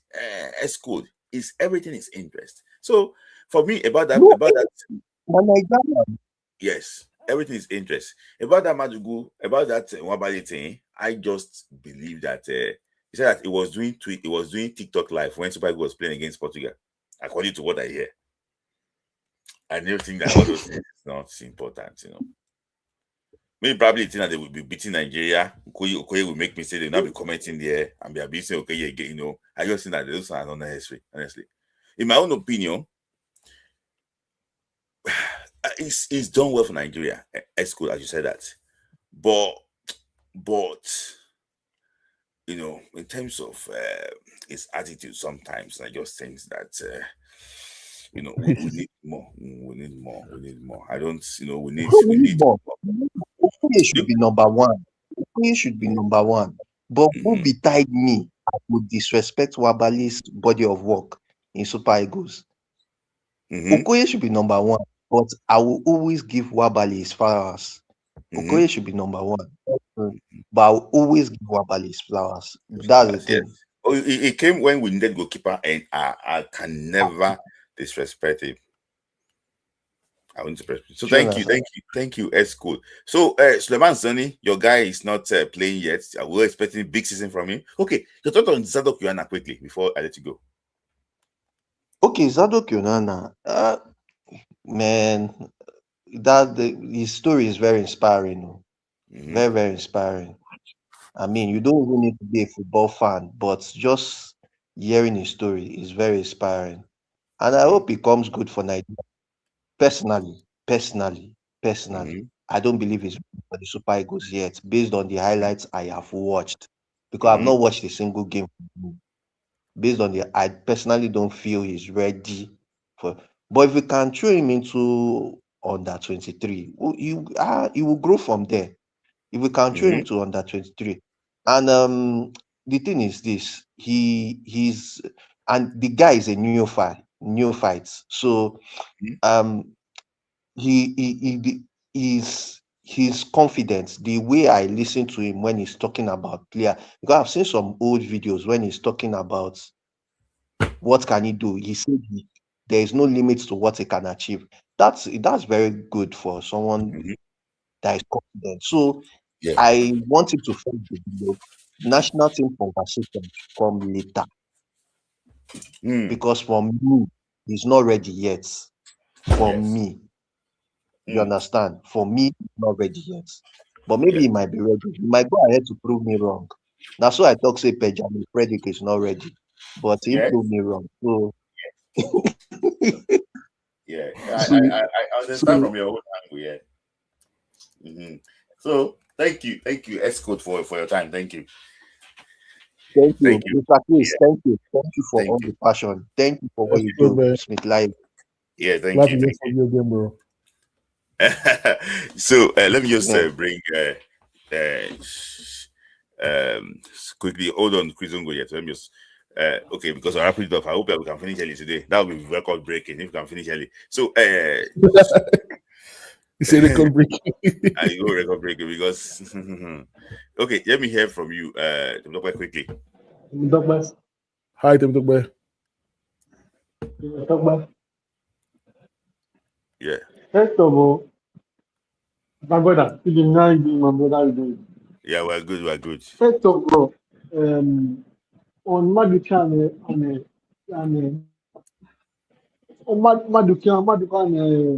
and Mambali, Maduka post Mambali second choice for Nigeria. Based on current form, and Maduka playing Italy, I'm the best in the world. Mambali playing South Africa, formally. That league is very poor. So Maduka first. Secondly, Buso will interfere Buso. If you know good, I say, Yesterday, no, you go better for Guso. That's what he I said. was today. I was crying.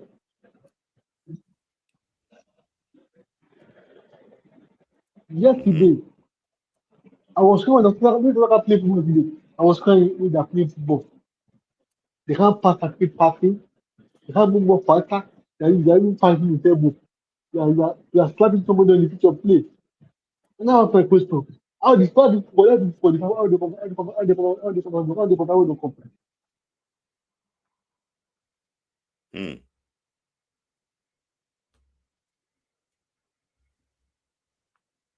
Well, I think his internet is yeah.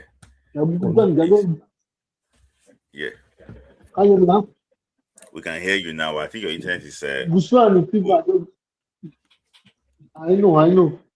Busu and the people they don't play now football. So finally, Aisha should stay. And Falcon, can you travel? You know, with that World Cup. That man is not a coach. It's a joker. Thank you very much. And stay blessed. Bye-bye. Thank you, David. Thank you. Always making that was very short. So Monachi is next quickly before actually what wrap it up. So Monachi. Hi, Ismail. Hi, Chris. Yeah, I yeah. see your passion. I like what you do as regards Guso. I always laugh when you do what you do. Now, very quickly, last week there was something that happened. I think it was after that friendly match. Humble Eric came. I kept saying I said something last week. Me and you, Smith, like we were talking about it, and I said they give you only one chance. You have to pick or make good use of it, right? For me, I feel like Akpan, and I didn't say he had a bad game. He didn't have a bad game. He was just jittery. But is he up the pecking order? No, he's down. I know he's there. Bewene is there. Osai Samuel is there. And who else? Benjamin Fredericks. If they decide to play Benjamin Fredericks at 2, he's there. So do I think that Akpan should get a look in for the qualifiers? Well, bearing any injury that happens to any of those ones I mentioned earlier, he can come. But if those other guys don't have injury, I don't think they will call him, and I don't think he should come. That's my own point, because I know he's coming online, because I saw when he said he was coming online, I'm like, I will state this so that he can actually hear me out, because that day he kept talking like as if I was attacking him. I wasn't even attacking him that day. I just was trying to make. Yes, I wasn't even attacking him that day. I just said my piece. Then Maduka, Okoye, and Wabali. I will still. I don't know who to pick, but I think I'll pick Wabali because of. I agree with the last. With Xcode. He said he came at a time where we needed someone, a solution, a very quick solution. So I will still go with Wabali. Because why would I go with Wabali? Yeah, I know he ever since his parents died and all that, he's been erratic. But Maduka's Okoye's position sometimes, not every time. I'm not saying it happens every time, but let's say in 5 games, one time his positioning is off. Sometimes I'm not saying he's at fault for the goal, the one that Neto scored, but of course that position it was too much. He gave too much gap. But Of course, I'm not a goalkeeper, so I've not been a goalkeeper before. So maybe he might want to disagree with me, or other people on the line might want to disagree with me. But I'll stick with Nwabali. Nwabali.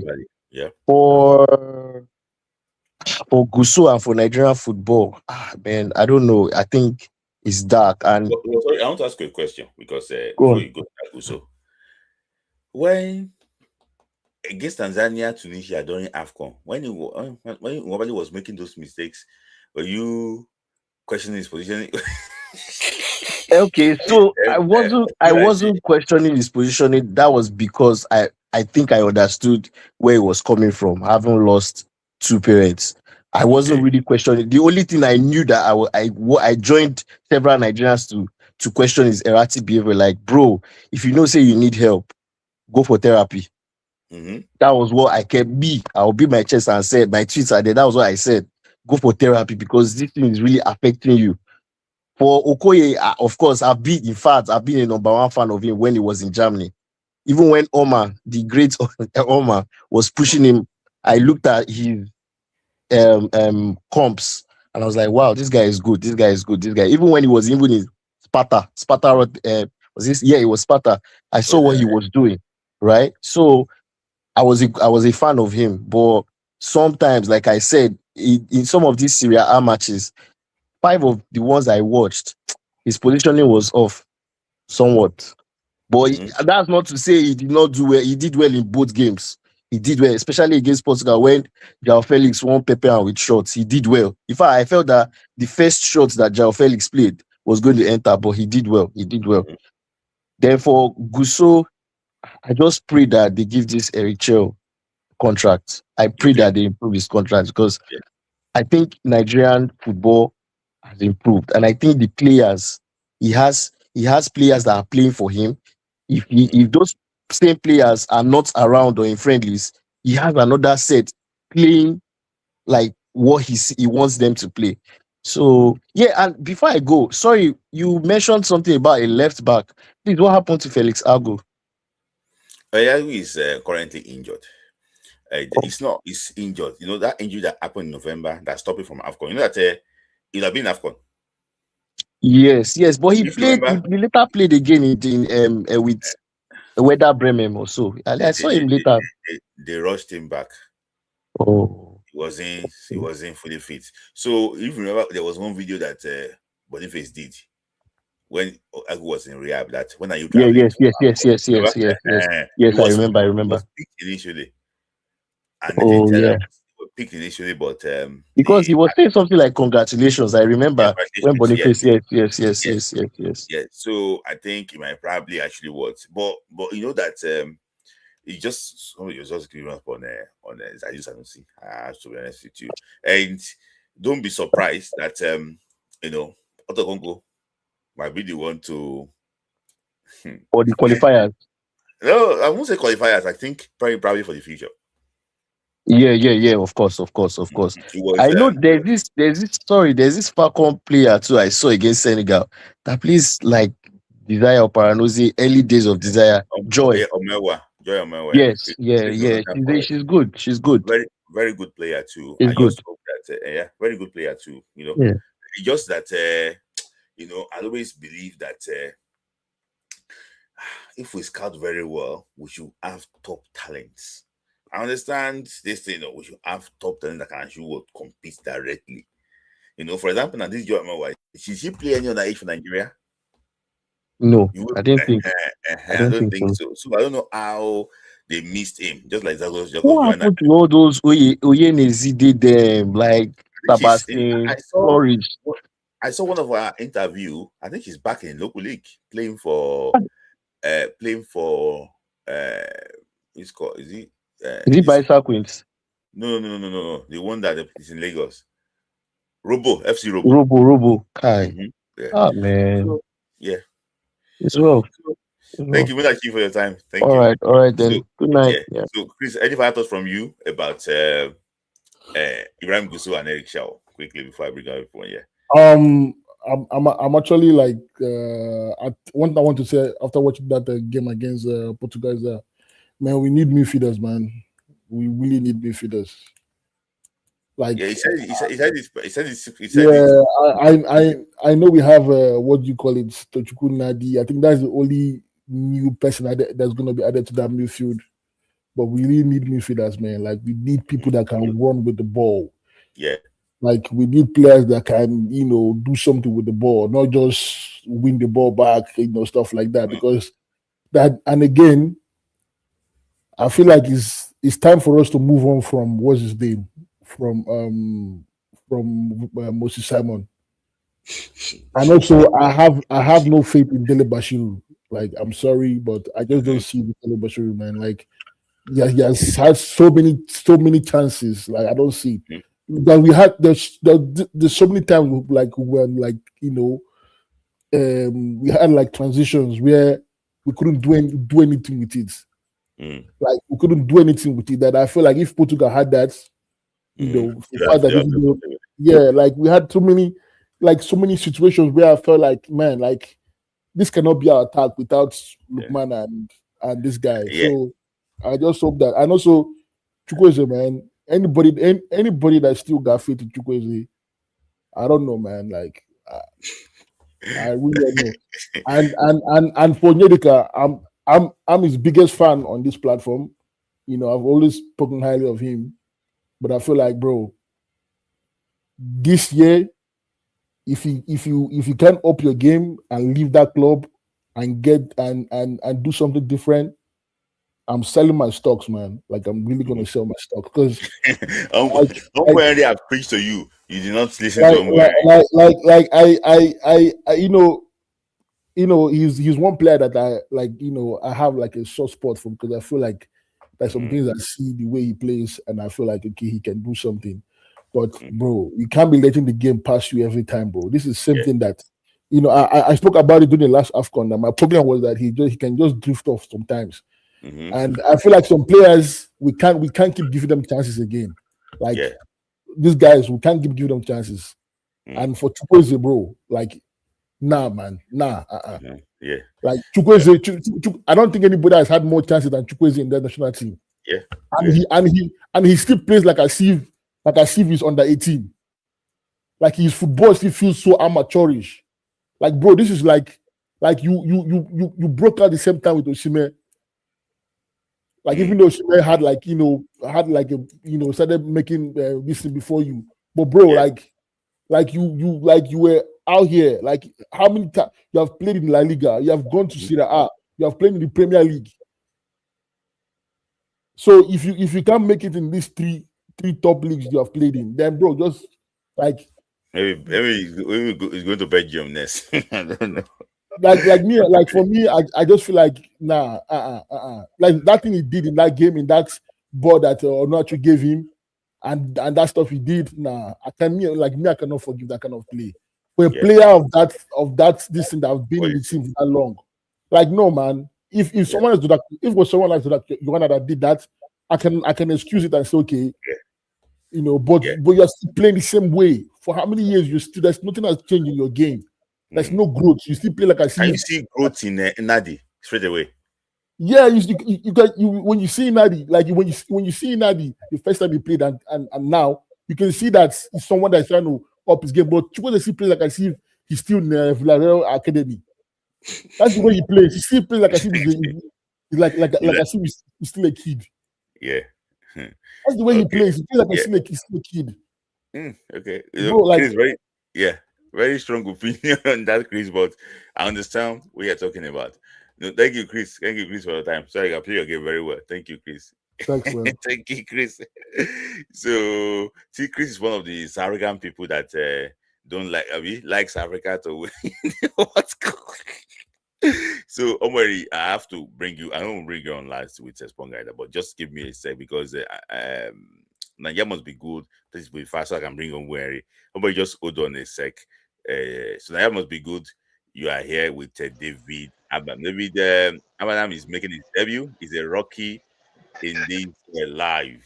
He used to they always attack you, Smith. I always attack your comment. You already know I love you, bros. Good evening, good night, good morning, everybody. Yeah, you have been attacking. So I know. Chris. I'm a lover of the Nigerian game, just like you. The other Chris right there, Smith, you, Chris, Humble Henry. I love you guys. I apologize to Chris for attacking him just now, because to me, I believe we have a little bit of talent in the NPFL. It's not like the old days when we used to watch Olumide Harris to Uji Smith. I grew up loving the Nigerian game. Even me, say, if I did from my work, Nigeria is playing. I tell them I'm going to the hospital, I'm going to the clinic just to watch Nigeria play. I tell everybody just to watch Nigeria play. Now, this is our national team that we have. I got love and respect for every one of them. This World Cup ticket that we lost, I tell everybody, tough. When I saw the draws, I knew we would have problems. Especially South Africa hosting 8 games at home. We will have problems. I knew that one from the start we will have problems. Because all these teams, all these countries, 5 of them were from South Africa, from the southern part of Africa. 5 of them were from the southern part of Africa. And they will do anything in their power to make sure somebody from their region go to that World Cup. Yeah. And where we dropped the ball was when we had Finidi. I love Finidi, he's a legend. But that mistake where he told us on social media that we don't need formation to play ball, I gave up on Finidi. Yeah.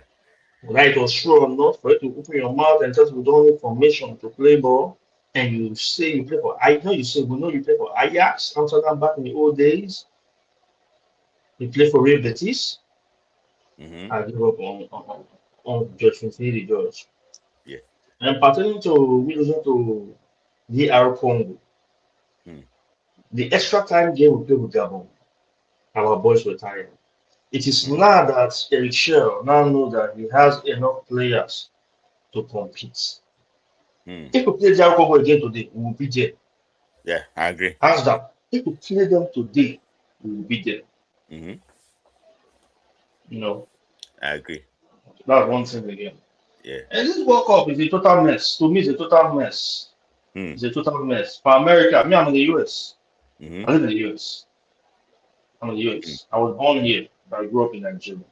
Now, for Donald Trump to stop people and then telling all that Iran should play their game and go back home. Come back and play a second game and go back home. Come back and play a second game. They will never host again. America will never host any World Cup. People that say that the people that say no politics, this is politics they're playing right now. People are playing politics right now. One last thing again, Gusso. Nobody likes Gusso. Gusso got to go. Gusso messed us up. The day I found out that Gusso messed us up was when we had to fight that petition against DR Congo. And they kept us in the waiting room. I told a few of my friends for work, I said, if Nigeria did not pay, Gusso did not pay this money for us to challenge DR Congo, they must have paid. DR Congo know that Nigeria had something against them. And they paid, I don't know they pay NFF or they pay Gusso the money, they pay somebody. Yes. To cover their mouth, to shut their mouth up. Gusso used us, used we Nigerians. Yes. Used we Nigerians and support our. That is the reason why I feel Osimhen does not want to come and play any friendly matches. I think that's the reason why Osimhen and Allah I know are having problems. Yeah. With the national, not the national team, but with the NFF. The NFF is NFF, not national team. Of course, they used Smith. As I said again, I love your show. You know. Yeah. Like, forget that I come and post rubbish and attack you, but it's just the love I have for you and your guys. Man. Yeah. You know, sometimes you talk about, you don't mention it, but when you say something, I know what you're talking about. Elegbede. I'll put it out. So, Elegbede was the first person I used to listen to before I found you. Okay. And your other boy, what's his name? The one in Canada, what's his name? IoT. IoT. I woke up every morning by 3-4 a.m. to Elegbede on YouTube. 3 a.m. I have to wake up before I go to work to Elegbede. So sometimes when you say certain things, that's why I say, no, Smith, don't do that. I know Elegbede. Not that I know him, but I know her. But Elegbede was one that told me that this Super Eagles squad, they don't like each other. Yeah. And I think it's true. It's true. You might say I'm wrong. They don't like each other, and they don't play and they don't fight for each other, Yeah. which is wrong. Which is wrong. And then the set of 94 does not like this set because they're the one who did the stepping stone for us to be out there in the world when it comes to the game of soccer. Yeah. So the set of 94 does not like this set. And they say they don't want to give respect to the set of 94. Yeah. They are always back and forth. Thank you, Mr. Daniel, for your time. Thank you, are sir. making your debut today. We want to see more of you. More of you. You will. My problem with this debut is that sometimes when we need to pay that, you say something chat, something chat. I find it hard, but I don't know how to do it. So I find it hard, I don't come online. Is that the last time? Yeah, but then when you told me that I can come online today, I said, let me try. But when you say you should do that something chat, I don't know how to do it because I'm not used to it. Okay. But I'll continue to try. I'm going to try. Yeah. Thank you, Smith. I love you so much. Bros, nice to see Nigeria must good. Thank you, sir. I appreciate it. Thank you. Let me hear from you quickly. Then I have my last two callers, which is Sport Guy. I don't. You see, say I suppose they enter gym like this. I first wait outside. It's raining outside. I was like, let me just wait and say this. First of all, I'm happy in the direction that we are having this conversation. If you notice, like a couple years ago, I said a couple months ago, we will not be having this conversation. We would have been talking about some like really degrading situations, like minute things. I feel like our focus now is bigger. Yeah. Like we've upscaled some situation that we've had, like we are onto bigger things. Yeah. And what we are onto right now is we are looking at winning the next AFCON. Yeah. Looking at 2030 World Cup, renewing Eric Shell's contract. I'm very, very alarmed and appalled. I don't know what kind of country we come from, where the FA president is literally the one holding the progress to the team. Because with what that man just said right now, it makes a lot of sense. If they do not renew Gusao's contract, he will not renew Eric Shell's contract. Why? Because Gusau does not want anybody to come and take that glory. Because he knows if somebody else who is more beloved comes into the picture, they might do better than him and he will be a forgotten name. Yeah. Which is the problem with us as Nigerians. Like I said, Ojo Aye, everybody wants to be in the forefront. Everybody wants to be the one eating the glory. We don't think for fighting for ourselves. We want to just be, I want to be the guy. I want to be the guy. I don't know what that is about. And I hope, we can solve that because like somebody said, I think Chris said it. If we let go of Eric Shell, a lot of these players are gone. It's been a long time where we've had players that want to fight for a coach, play for a coach. None of these players wanted to play for Finidi. You could see it. It was there. In fact, they wanted to play more for a Guavon than they wanted to play for Finidi. Yeah. You know what I'm saying? So like it's glaring and I don't really want us to lose this energy that we have right now because we are moving in the right direction. Small. It's still Nigeria, but at least small we did move on. You asked a question about Akpan.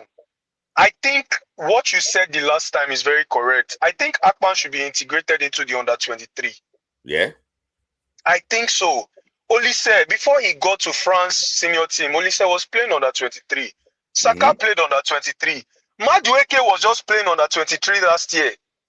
Before he got integrated into the senior team. I don't know why in Nigeria we just believe that everybody just needs to come to the senior team. Even Zadok Yohana, I love him so much, but I feel like he should play the under-23.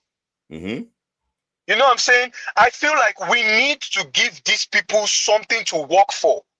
They need to look at something to aim for. Like, okay, I'm in the under-23. I'm aiming for the senior team. If you bring them to the senior team, I feel like that youthful exuberance of making it to the next level low-key dies out because they feel like they've made it there. It's there. It's in the history. I've played for the national team. But if you've played for the under-23, there's something that you're looking at. I want to make it into the senior team. So I feel like all those guys, Bewene, all those guys, they should take them for the Olympics, stuff like that. Let them fight for their jersey. Yes, they had a good game here and there, a good friendly game. I applaud them, but let them fight for their jersey. Osimhen fought for his jersey. Chukwueze that we're criticizing today fought for his jersey. Iwobi fought for his jersey throughout the years. Iwobi was the youngest. Iwobi was one of the first in it boys. You know what I'm saying? He fought for his jersey. He went through criticism and everything. So I think we need that. You know, and there was something else you asked. I don't want to forget. The bros that was talking about Nwabali and Okoye. Bros, I respect you, boss. But what you said about when we needed Nwabali, he came through. I wholeheartedly believe that. But brother, you don't try now. Are we about to use old situation to approach new situations? If that's the case, let's go and bring Eyama back now. You know what I'm saying? Yeah, he has done his own. I don't think so. No. See, listen to me, Smith. I do not think we should let go of Nwabali. I don't think so. There's something, okay, like in the NBA, there's something they call vet minimum. The vets, the older players are supposed to be there to mentor the younger players. Somebody like Nwabali is a sensei, he's a senior man now. Somebody like Okoye should be his boy. Guy, make I show you how this thing they be. We cannot let go of Nwabali now. Nwabali is a hero for Nigeria. He's a hero. We can't even deny that. He has saved us. At the same time, he has caused us a lot of chaos. I want to ask you one question. And I want to be very honest with it. Do you think Nwabali will go to the next World Cup? He's definitely, if we are going to be real, Smith, let me tell you the truth. Smith, let me tell you the truth. You want to hear the truth? I feel like Nwabali is not going to be in the next World Cup because of the age. And why I said so. Keepers age differently. They can keep till 40 if they want, right? But you know Niger. How old is Nwabali? Allegedly. How old is Nwabali? I think 30 or so. 30. What club will Nwabali be playing for in the next 4 years? If he still fits, good and fine, we can take him. You know what I'm saying? But like me and you were talking about it the other day online. Otto Okonkwo brothers still day road. You know what I'm saying? Players still day road. He's 30 now. He's 30.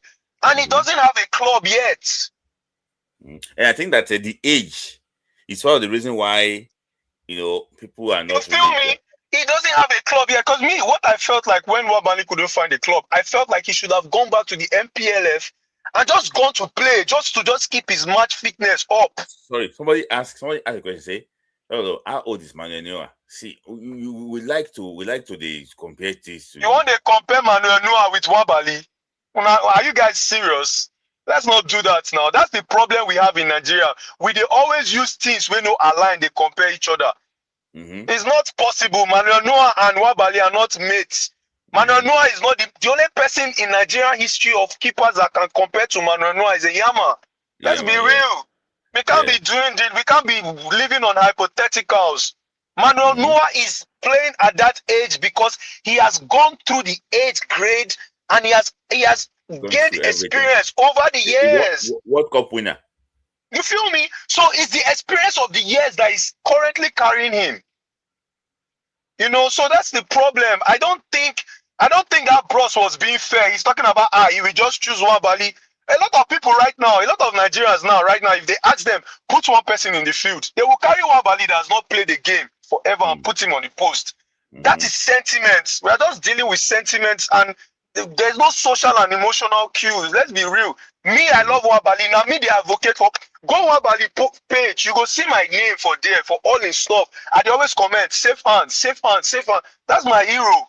But let's be real. It gets to a point where we have to group. It's just like what we're talking about. The set of 94 needs to let this set go. You get one place where we say, see, it's always good to leave when the applause are high. You know what I'm saying? How many things we want to see before we go know again? Otto Okonkwo still there. Stanley Okoye still there. Like we're all comparing. Oh, he considered one goal. Oviele of you know what I'm saying? We are doing all these things. That's the problem with Nigerians. We do not know when to let go. From the politics to the sports, we don't know when to let go. Live when the applause are high. Yeah. So before, sorry, that must be good. I'm going to ask another question before I actually let you go. Yeah. If you look at scan the team now, that Yeah. you know that when we failed to qualify for Qatar 2022, yeah, some players, that was their last chance to go to the World Cup. Yeah. Players like Leon Balogun, yeah, that was the last chance. Players like Ogenekaru Etebo, that was their last chance. that was the last chance. Yeah. So now, who do you think don't blow his chance now? Out of this At this point, if Onyedika does not improve in the next coming years, he's out. Mostly if we still have Eric Shell. Simon is not going to be there. Moses Simon, of course, is not going to be at the next World Cup. We know that for a fact.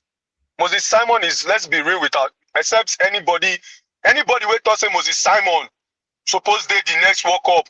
Tinubu for the next 9 years. You know what I'm saying? Moses Simon cannot be at the next World Cup. What's his name? Shemi Ajayi might not be at the next World Cup. If there's a possibility he might be there, but he might not be at the next World Cup. Calvin Bassey, obviously, we know that is the future captain. Shemi Ajayi might not be at the next World Cup. What about Paulo Onuachu? Paulo Onuachu is not going to be at the next World Cup. He might not even be at the next AFCON. Chukwueze definitely is not going to be at the next World Cup. He might not even be at the next AFCON. But the thing is, I feel like Eric Shaw has a particular liking for Chukwueze because he sees something. You know, when we complain for the front line for screen, coach now in they watch them for training. Now coach know what thing they see. You know, so a lot of them might not be there. Let's qualify first. That's the main thing. Because let's qualify first. If I will say it here. Yeah. If they renew Eric's contract, we'll be the first country to qualify in Africa. Yes, because this World Cup qualification really pained Eric Shell. Yes, it will be the first country. It pained him more than the players. Let me say something before I leave, Smith. I'm in America, right? And with the ambience I'm seeing, America is playing today. With the ambience I'm seeing, Smith, he not pay me say we don't go this World Cup. He not pay me. Sport grinder, Babao. He not pay me say we don't go this World Cup. I not go lie. Smith, he not pay me. I know they see. I'm outside right now, about to enter the gym. I never see one American citizen with jersey. He not pay me. He not be big deal. My own in this World Cup is to see South Africa lose. That's my own. After that one, I'm satisfied. All right. Thank you. That must be good. God bless you now. Mauga. Well done. Well done, my brother. You are supposed to. Yeah, thank you. That must be good. I like that. See, so that's why I said that. See, there's no competition. There's no failure. That there will not be casualty. And you know, if you look at Emmanuel Dennis Bonaventure, that was his chance to go to the World Cup. That was the chance of getting right to be at the World Cup. We can see that you know, nobody now. So it's sad. Up to this moment, Semi Ajayi, no, all I know, said in one podcast, say that coach do me bad though. That was gonna draw going to the 80 World Cup. He said that coach do me bad though. That would have been his chance to go to the World Cup. So even Moses Simon got injured to going to the 80 World Cup. Now it's like Simon will not play at the World Cup. But I don't know. He's still there. He's still playing in France. Let me just say this thing quickly. You know, I don't know. I want you guys to say something. I don't know. There was a midfielder. I'm not mentioning his name again because it can still be in the Super Eagles in a few months. He was meant to come to Unity Cup for just to meet the boys. I think the NFF wanted him to, you know, to do his ticket by himself. He was invited. So who is meant to do the ticket? If you are invited, it's not. Is it you or the NFF? I don't know. I think it's meant to be if I'm inviting you now to come to. Who is meant to do the ticket? It's not meant to be the NFF. That's why. You should be the one. If you're inviting me, you should handle the ticket. Yeah. Yeah. But if I'm coming on my own void, then I handle the ticket. Yeah. Yes. Yes. So I'm not the one that is saying that I want to come. I think, okay, let me just, sport guys, I take it from anywhere. Yeah, this World Cup, man, as the opening match was started, man, that whole scenario of like Nigeria could either be playing this game, maybe they would have changed the group or something if we made it. But I'm like, this was Nigeria's game. And just imagine Nigeria was playing that game yesterday. I believe Mexico was there for the taking. I don't know what happened to South Africa, why they lost that yesterday. I think what's happening to South Africa is what's happened to Nigeria. When a coach takes you up and starts bringing you down. I think that's what Hugo Bros is doing now. Like with Raw. Raw took us up and brought us down. Hugo Bros is doing the same thing with South Africa. He took them up to their peak and he's about to bring them down again. But I'm not really among the people that want them to lose because of anything. Because of the attacks, I just want them to lose because they took our position. That's all. It's not because they're telling people to get out of their country. Yeah. Just because they took our slot, and I believe we're a better team. And this World Cup is actually showing that sometimes it's not really the best sides that qualify. Like if they play the World Cup in like a window, like you see this new FIFA window, I pray they have more windows like that. Like just have one big window from like March to April. Play all your 6 games. Trust me, Nigeria would be qualifying easily. But teams like South Africa would always have an edge because they all play in one place. So when they come back, they'll just they have that cohesion to hurt you easily.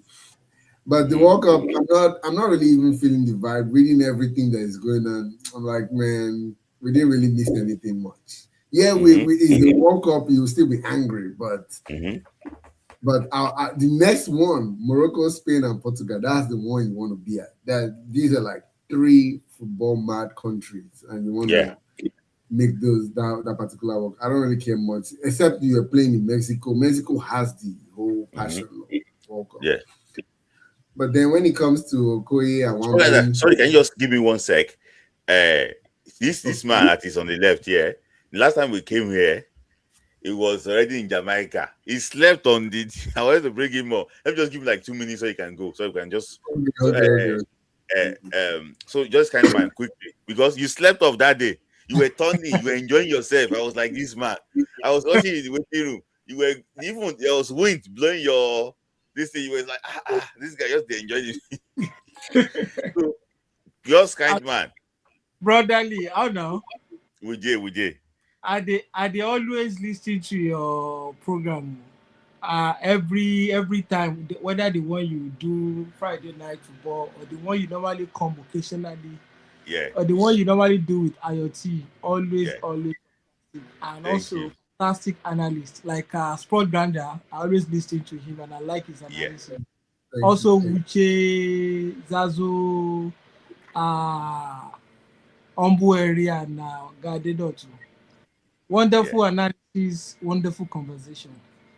Well, World Cup is there. World Cup without vibe.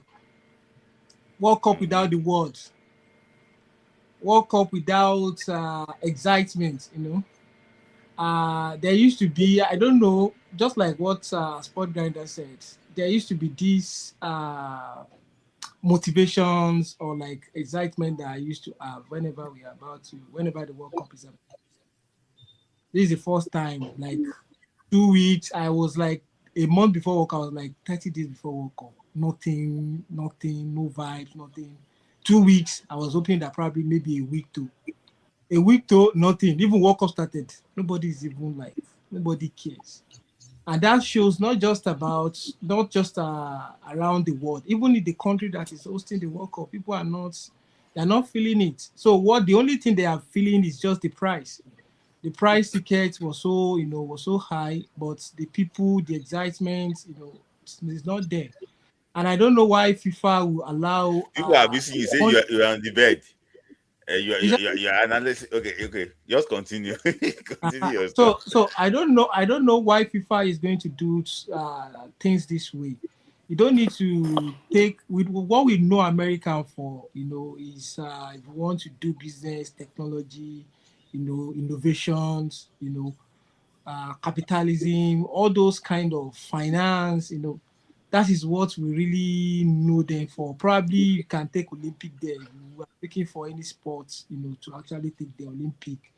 But taking soccer to America now is looking like we are forcing, the world is forcing America to actually accept a culture they are not used to. They're not used to soccer, and we are seeing it. That's the reason why they are rejecting everyone. It has come with a whole lot of what's it called, controversy. You are hosting World Cup, you are denying the fans, denying players, denying people to come into the country. It's fine, you can do whatever you want to do as a country, but whenever you accept to host the world, then you should be able to treat softly, not to be doing all your grandstanding and rubbish you are doing. So I don't even feel like I miss anything that Nigeria is not participating at the World Cup. So about the NFF, I don't know, Smithla, if you listening to your guy from Delta on Arise TV just 2 days ago. Yeah, I listened to him. You listened to him? Yes. Do you listen to the question that Rufai asked him? About I just listened to that small clip about him saying he's going to be the life president. No, there was a time Rufai asked him that, because when they asked him why Nigeria is not at the World Cup, then he quickly tried to attribute to the fact that Nigeria was so pained that Nigeria did not participate, but current NFF are doing something that they can see the sources around Joanna. Yeah, okay. Yeah, I played that one. Joanna, Yeah. They are having new players now. The team is playing well, even with loss against Portugal. So the final question is that you cannot use Joanna as the sources. I even doubt if the boy has even participated in any underage competition. If the NFF is doing, if the leadership is doing well, why haven't they scouts to participate in any underage team? So yeah. So they're asking you to sit upright. So that's okay. Continue. No, people are saying that you should sit well when you're analyzing. Say you are talking to millions of people. Yeah. Sorry. I'm sorry. Apology. Okay. You're doing it. Yeah. So they were asking. He said he was using Joanna sources, as an NFF sources. That why is it that they see Joanna, then if so Joanna can be priced at that amount of money a few years after he left Nigerian League, then that's actually a success for the NFF. I like how Rufai actually, questioned him that no, there is a leadership problem, and that's the reason why the recruitment process has not been very good. So I think this NFF, very, very pathetic that we have a leader, at the end of our show, as the president, that he sees things from the lens of politics. Politics come forth from any decision he's going to take. So if you have people like that in as a leader, it's going to be very, very easy for people like Gusau to always play their hanky-panky politics or dirty politics to actually, to be returned to the office. And he's actually playing along with the president. What president like is what he's doing. You can see during the ceremony, is in Kenya or in Ethiopia, that he went there with the mandate cap. So that is what he likes, and he's doing it. So if you think that the president is going to remove Gusau, or going to look for somebody else to replace him, you are actually joking. The only way you can actually convince the president is that if you show him number, that if this guy that you think you want to support, you have another guy that people really want, or if you bring in Gusau, there is going to be massive revolt from the youth that are actually supporting football will not going to vote for you in 2027. And that is when he's going to have it to rethink cap. And nothing like threat. Tinubu is just, you can see people has been appointing into our sport. It's just to just consolidate them, to just settle them. So that is the way you see sport. And to people that are thinking that the infrastructure, that you want infrastructure, you want big stadium, you want something, you will not get stadium, except you go and meet the de facto president, Chagori. And if you have a project that worth trillions of dollars, that is when they can actually approve it.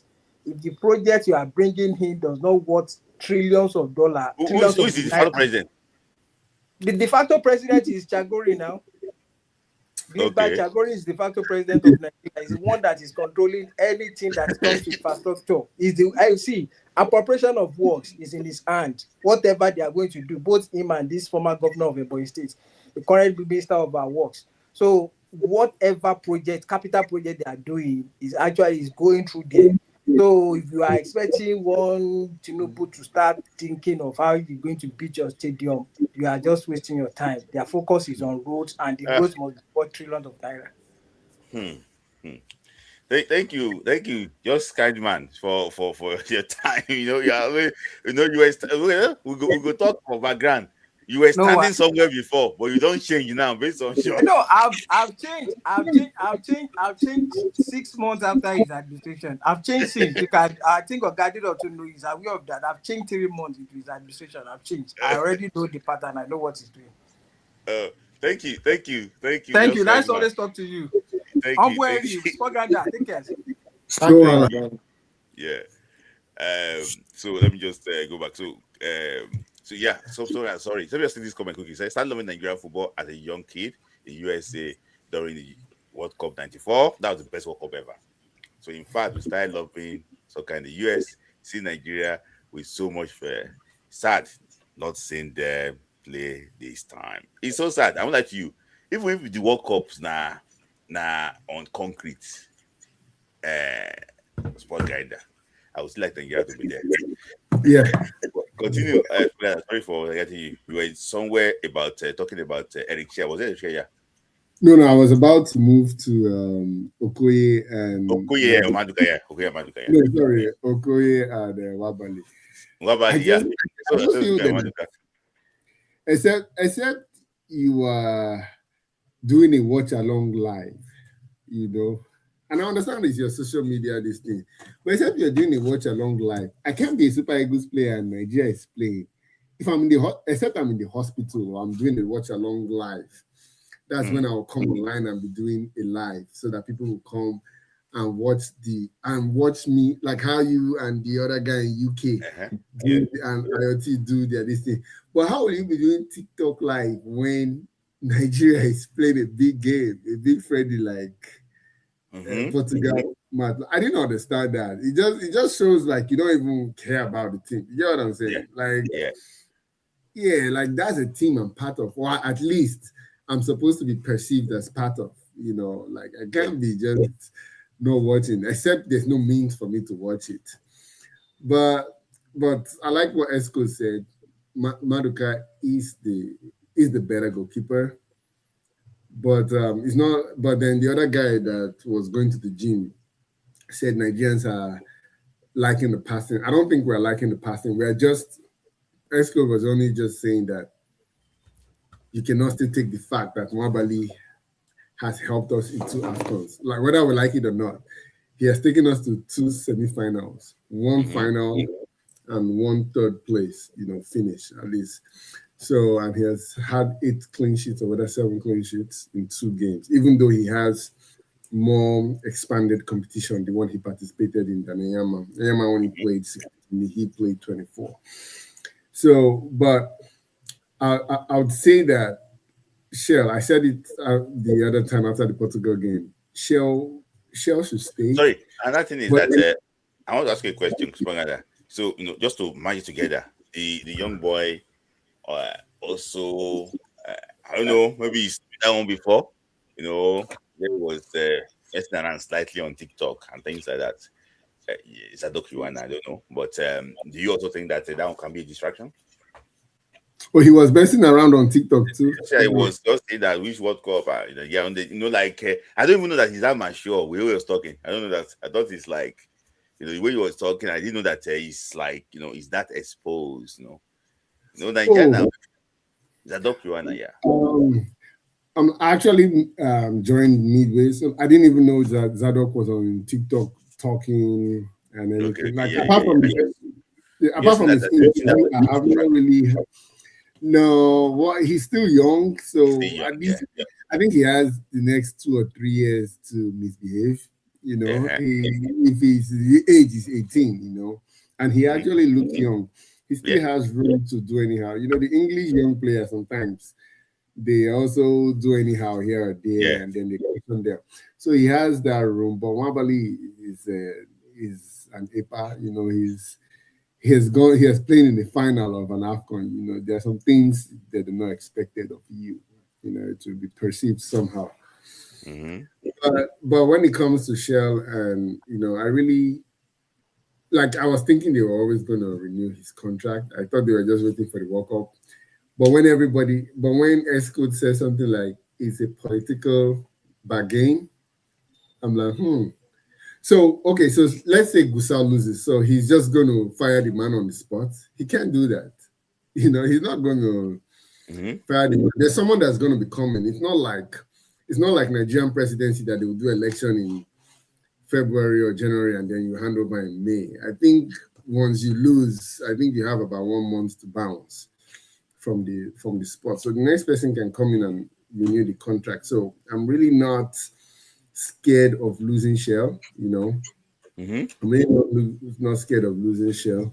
But it's just sad that if that man is using it as bargaining chip for this thing.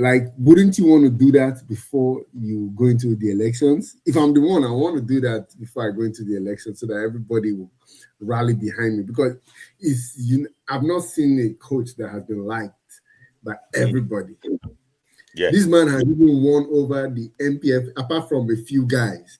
He has won over the guys, the MPFL critics before. He's won them over. And that's very hard to do as a coach in Nigeria.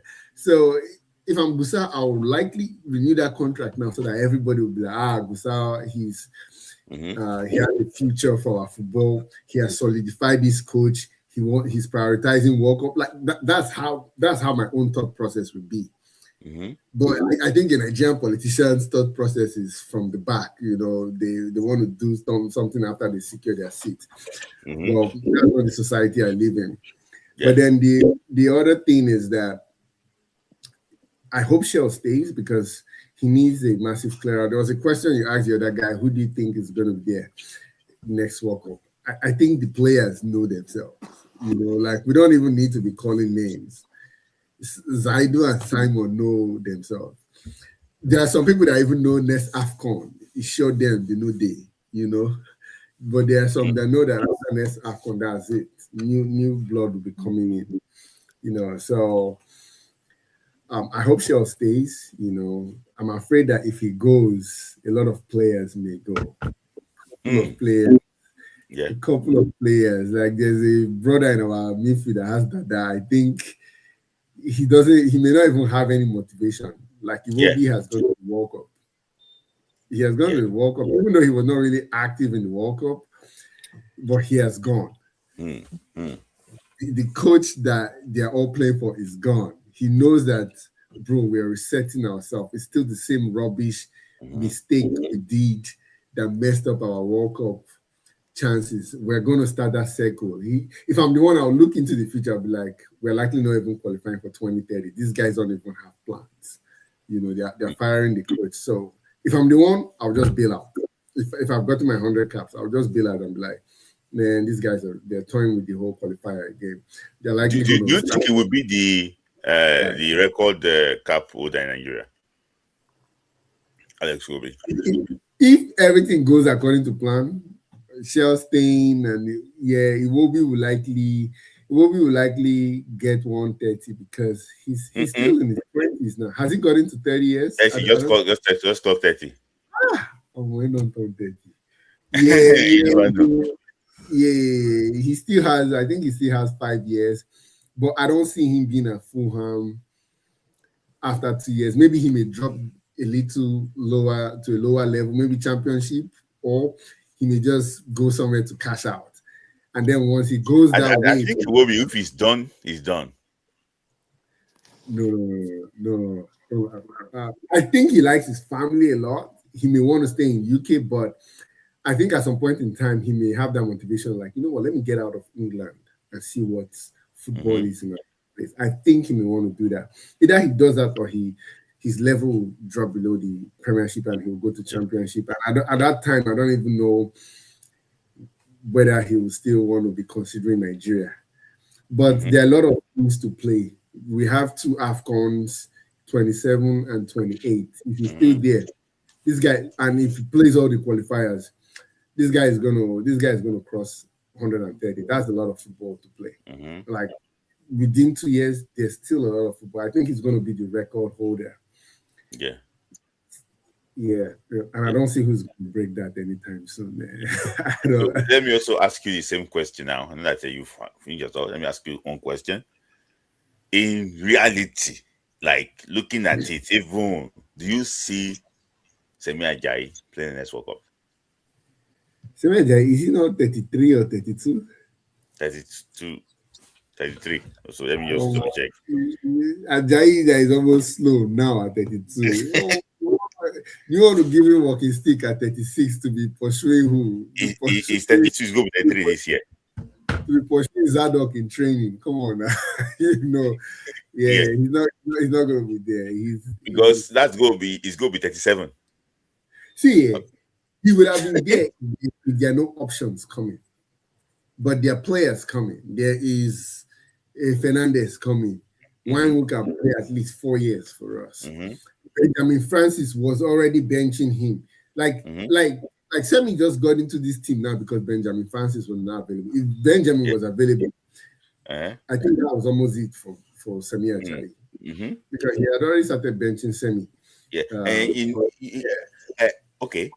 Let's now just second question. You know, the last World Cup that we failed to qualify, we thought that majority of the team would be in America.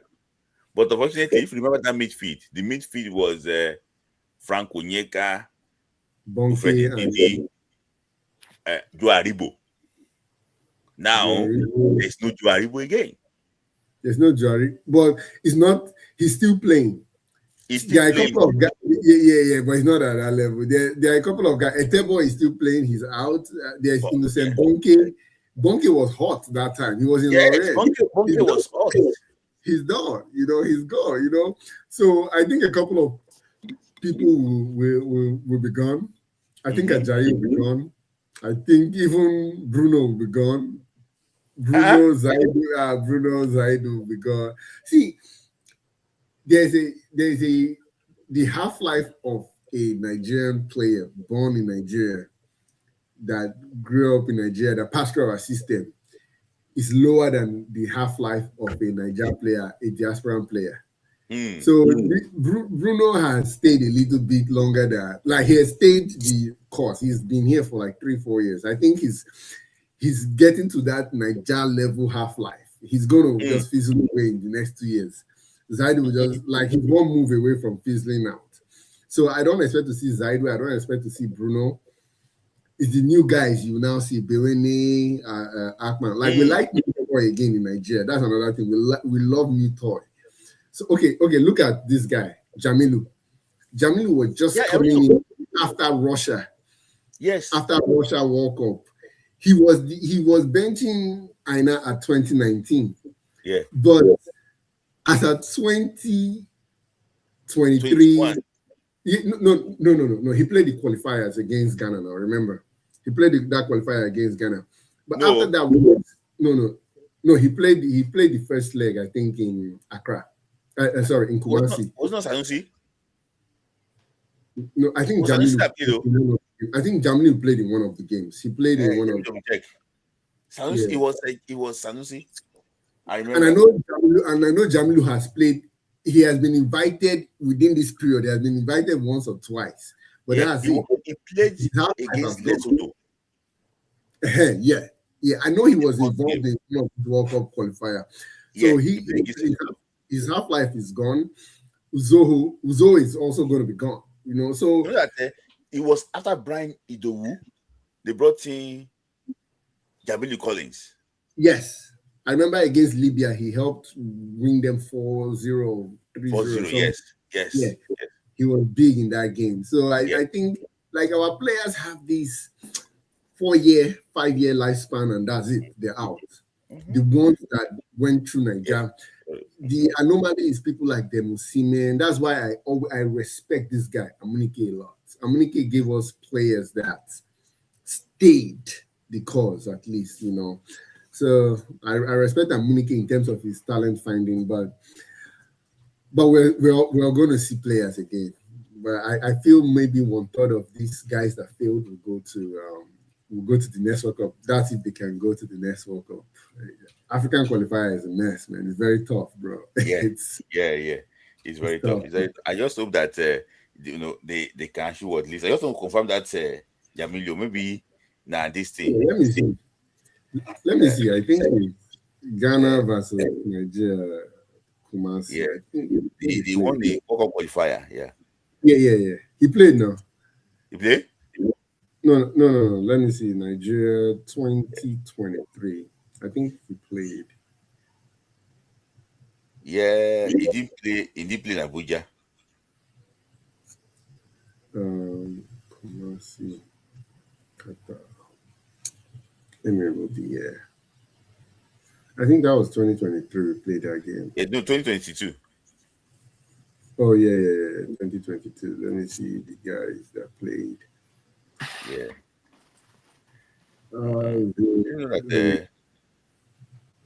I think he played. Yeah. I think I can remember someone like him playing. I think that just Ghana, Nigeria. I think he didn't play this Abuja game. Let me see. Maybe he played the Kumasi game. Let me see. Okay. Oh no. Sorry, he didn't play. Bassi played. Bassi. It was Bassi and Zidu Sanusi that came. Oh, okay. He didn't play. Yeah, he didn't play. Bassi and Zidu Sanusi. Then we have discovered Zidu Sanusi was coming in already. We're just discovering Sanusi. But you know, this guy was around. Wait, did he go to the AFCON 2021? This guy. The guy we're talking about now. Collins? Yeah, Collins. Did he go to Cameroon? I think he was there. Yeah, I know he was around because that qualifier happened right after that AFCON. It just happened right after the AFCON. Yeah, but our players don't last. That's the thing. They just come, they shine. I just hope this Zadok lasts. I hope they really last. They look young boys. I hope they last. But that Thank you, Ghana, for your time. Thank you. We hope that you know if you have any midfielder, because I think you have big scouting. Let us know. I wanted to tell this guy, Otumba, that he looks like Jesse Jaggs, man. As I look at me, just remind me of Jesse Jaggs. I'm like, man, what did Jesse Jaggs do for you?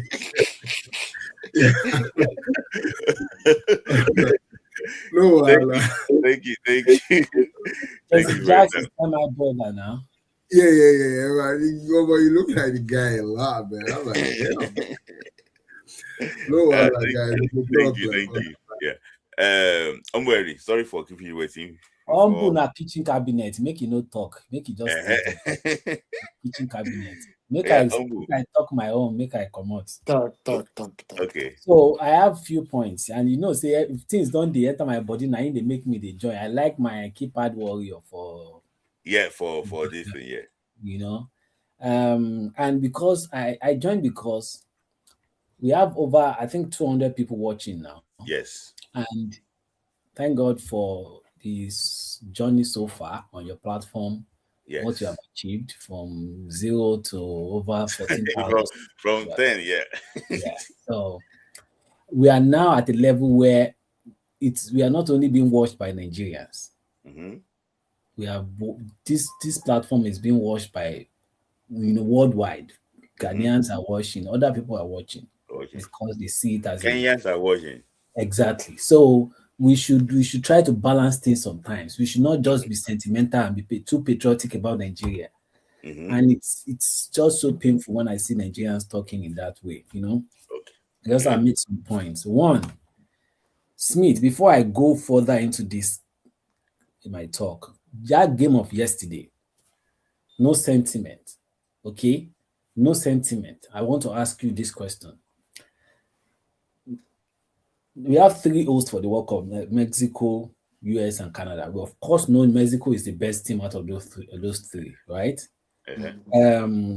South Africans are misbehaving now. They are doing their nonsense, and it just feels South Africans because we wouldn't generalize it. I wouldn't entertain somebody calling me South Africans here and are joining. Always good people. There's better places in South Africa that you get to that. I still called my cousin in Cape Town. He said nothing is happening. They have a lot of Oyibos there. They are not even seeing those things. These things are more in Durban and maybe the Soweto side close to Joburg and everything like that, where a lot of blacks are suffering, right? So you see that kind of thing happening there. So I'm not going to generalize that to just South Africa. We lost out of the World Cup qualifiers. Okay. We went into South Africa was in that match yesterday. All Nigerians are campaigning against South Africa. Fine. They have their rights because of nonsense that is happening over there and because we lost out to them. But would Nigeria have been able to survive that? The Nigeria of today, the Nigeria team of today, okay, would we have been able to survive that pressure from Mexico yesterday? I'm not talking of if you are playing against Canada or US, yes, maybe. Mexico as a team, would we have been able to survive? Maybe we can lose 1-0 or draw or something, but that we will defeat them in that yesterday. I don't think the Nigeria of today can do that. So then let me be honest with you. Because I don't watch game like a fan anymore. Say, hey, I don't watch them. I look at what is the approach from this manager and what can be done to counter this approach. See, it got to a point. I stopped the game. When we were listening on ITV, I stopped the game. I realized that there's this chaotic press against Africa. Yeah. And I realized that for an experienced team, the space that Mexico left. South Africa failed from beginning of the match. They couldn't manage the pressure. Of course. I just think that just a ball over the top alone, I think might probably even kill them. Because I just think that so watch this thing. Mexico will play against Czechia and Korea. You will see the results. Okay. Thank you. Yes. I look forward to the game. Korea was a better team yesterday. Korea played well. I want to especially against Korea, not Czechia. Game for them, but they are going to be first or second in that group because one, they are playing home advantage, and Mexico is a better team. They play like the South Americans. You get so you cannot just underrate them against the Nigeria or any other team. Maybe a Morocco can play them out, maybe a Cote d'Ivoire, but Nigeria, no sentiment. Nigeria is not playing good. Let's not be making it look as if because we are Nigerians. That aside, make keypad warriors, they fight me for there. Number 2, we need to understand that America is a continent. Those 3 hosting this competition, they are a continent on their own. Large enough to, because one of the people that came up said he's not feeling it in his at the city where he is. He's not going to feel it because he's probably not in the old city. Do you get? America is investing in American football. They are investing in hockey. They are investing in basketball. They are investing a lot in athletics, usually on those different sports. See, now they are able to convert 10 or how many stadiums to World Cup standard. You see the coverage from yesterday and today alone. You could see that it's going to be an exciting World Cup. Because Nigeria is not there, don't come and downgrade it for us. Nigeria did not bilateral our way to Qatar. But the competition, the game in Qatar was splendid. The delivery was nice. Yes, there were ups and downs where the people were scared about Qatar, maybe because of it's an Islamic nation, this and that will happen. And then the racism currently going on in the US and whatever. Like you mentioned earlier, I was talking about this guy that they said they returned back from the airport. You know, I want to believe that if the Ghanaian FA have done something about it, that case that is still not being decided, you know, it's not been decided on. They shouldn't stop him from entering the country. There must be another reason, or maybe there is a press from the UK stopping him or something. You get. Salamso, when you say you want to host Salamso, you are giving your land for football. But football does not, you just see, that's why FIFA could not do anything about it. Football, they gave that land to Iran to come and play. This guy knows, say, they get war with Iran, but he gave the pass to Iran players to say, okay, we know we are not in good terms, but you can come in and play your game and go back. Then leave. Yes, simple. And go back to Mexico.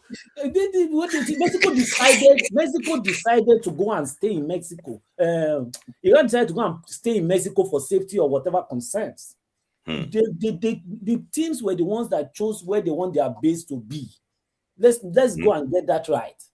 USA was not the one that said stay in Mexico or stay in Canada. No.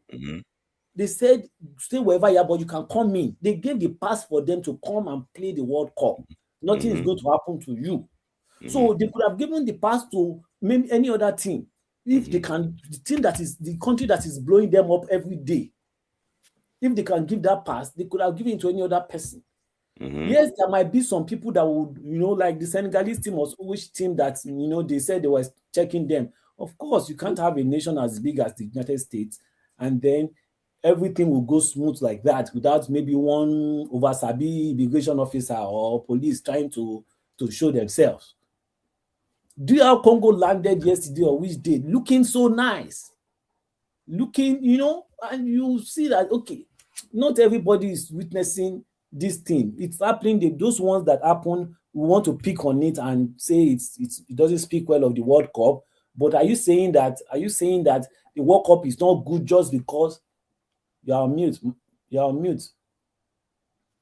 No, I hear you. Just So are you saying the World Cup is not going to be nice just because they have one or two challenges with?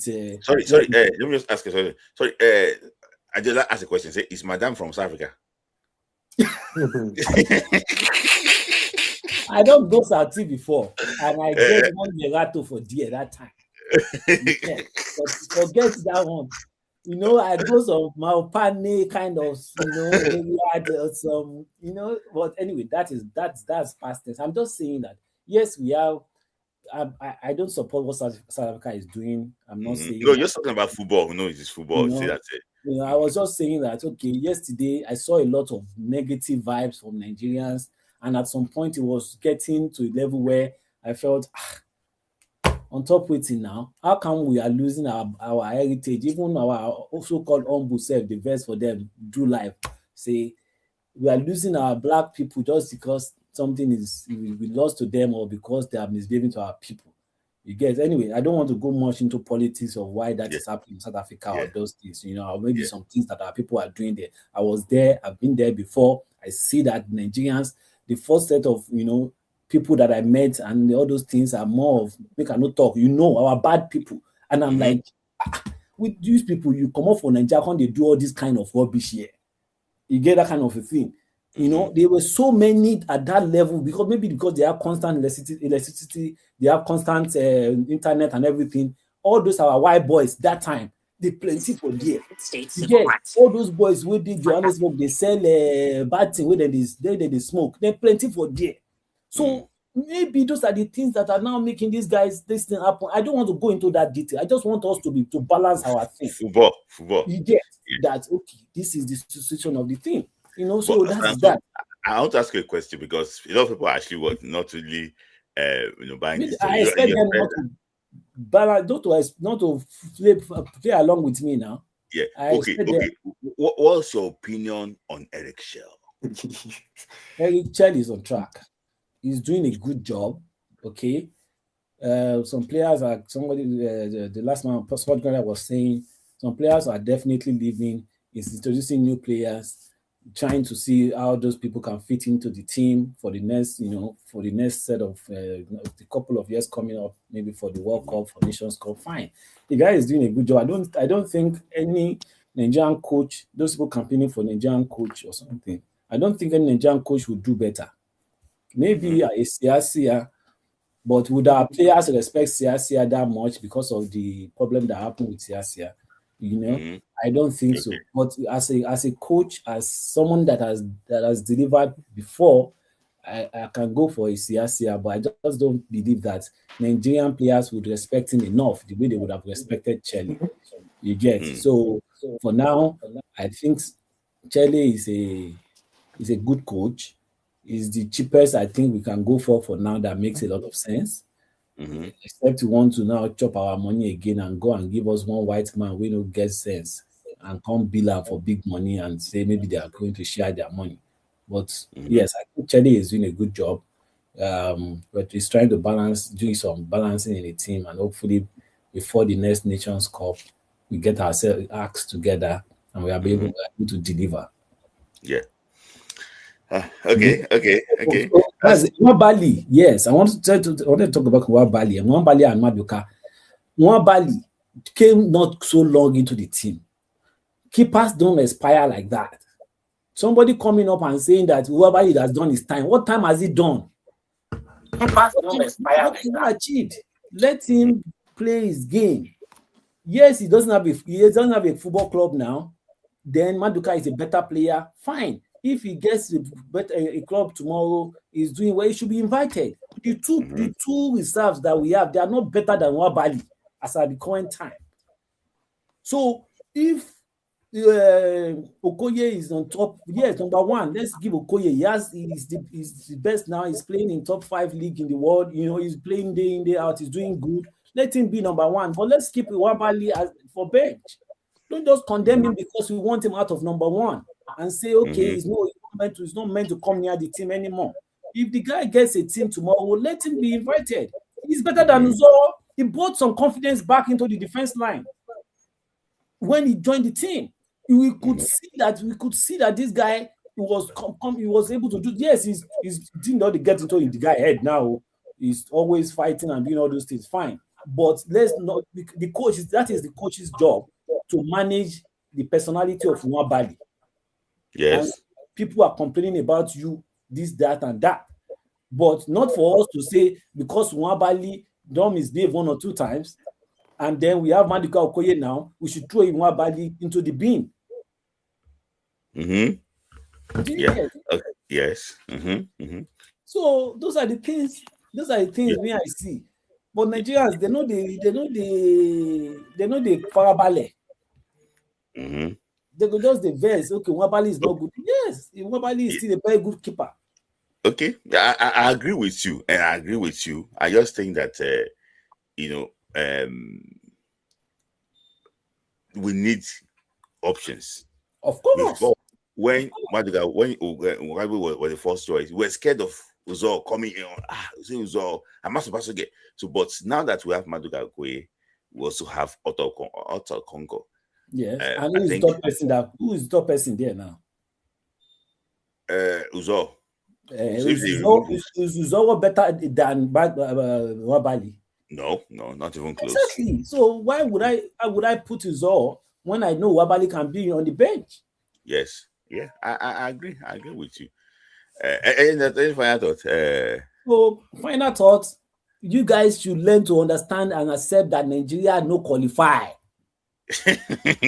Enjoy the World Cup with the teams that are there. Support our African teams. DR Congo defeated us. Go after them. They are a good team. Support them. South Africa, I wasn't expecting much from them, though, because they are not a good team. They are a local side. But teams like Morocco, teams like Egypt, teams like Senegal, teams like DR Congo, I'll go all out for them. I'll go all out for them. Don't just come and say because somebody defeated us and then I'm not going to support that team. So enjoy the World Cup. They are playing in the US, Canada, and Mexico. Lovely stadium yesterday from Guadalajara to Mexico to what the other this one. Stadium, yeah.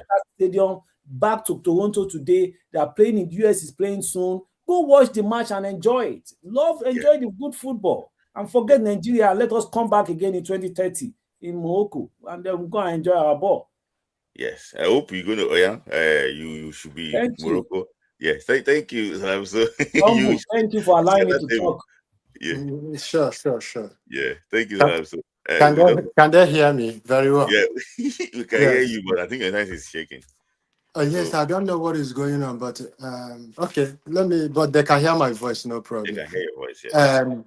I rather keep Uzor than to bring Nwabali into Super Eagles.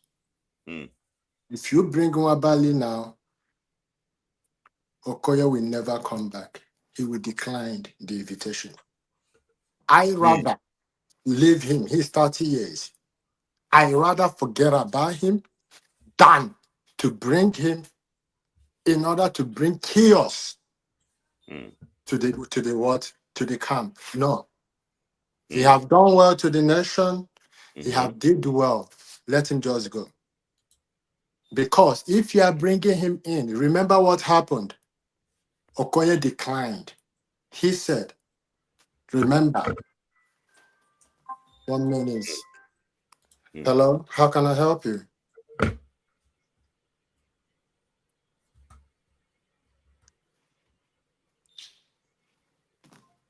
I rather keep Maduka, Okonkwo, and Uzor than to bring Nwabali. Remember the AFCON. What did Okoye told the coach?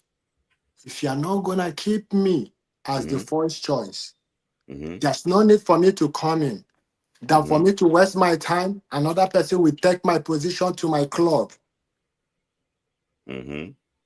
Nwabali, thank you so much for helping Nigeria. Good luck to you. Just go to your way. Because if you bring him to the national team, it's going to cause a problem. There will be no peace. There will be no happiness. Because Okoye will not be there.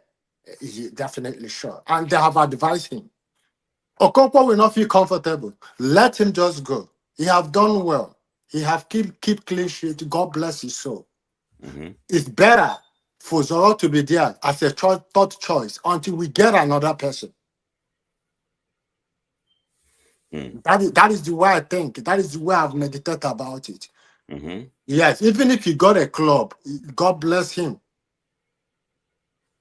Yes, because now the goalkeeping department, they are now shifting over between. In fact, don't be surprised that Okonkwo might be the one to be the first. Because yes, don't be surprised. Because those two people, they are good. And you're bringing somebody that will bring a problem. No. So it's better for him to go. Uzor be the third choice. We know that the third choice is hardly keep. Definitely, there's no way you will tell me that Okoye will be injured, Okonkwo will be injured. I know you don't love Uzor. Yes, I myself, it's not my choice, but let him just be there to fill the gap. Yeah. That is the way I look at it. Now, looking at the South Africa,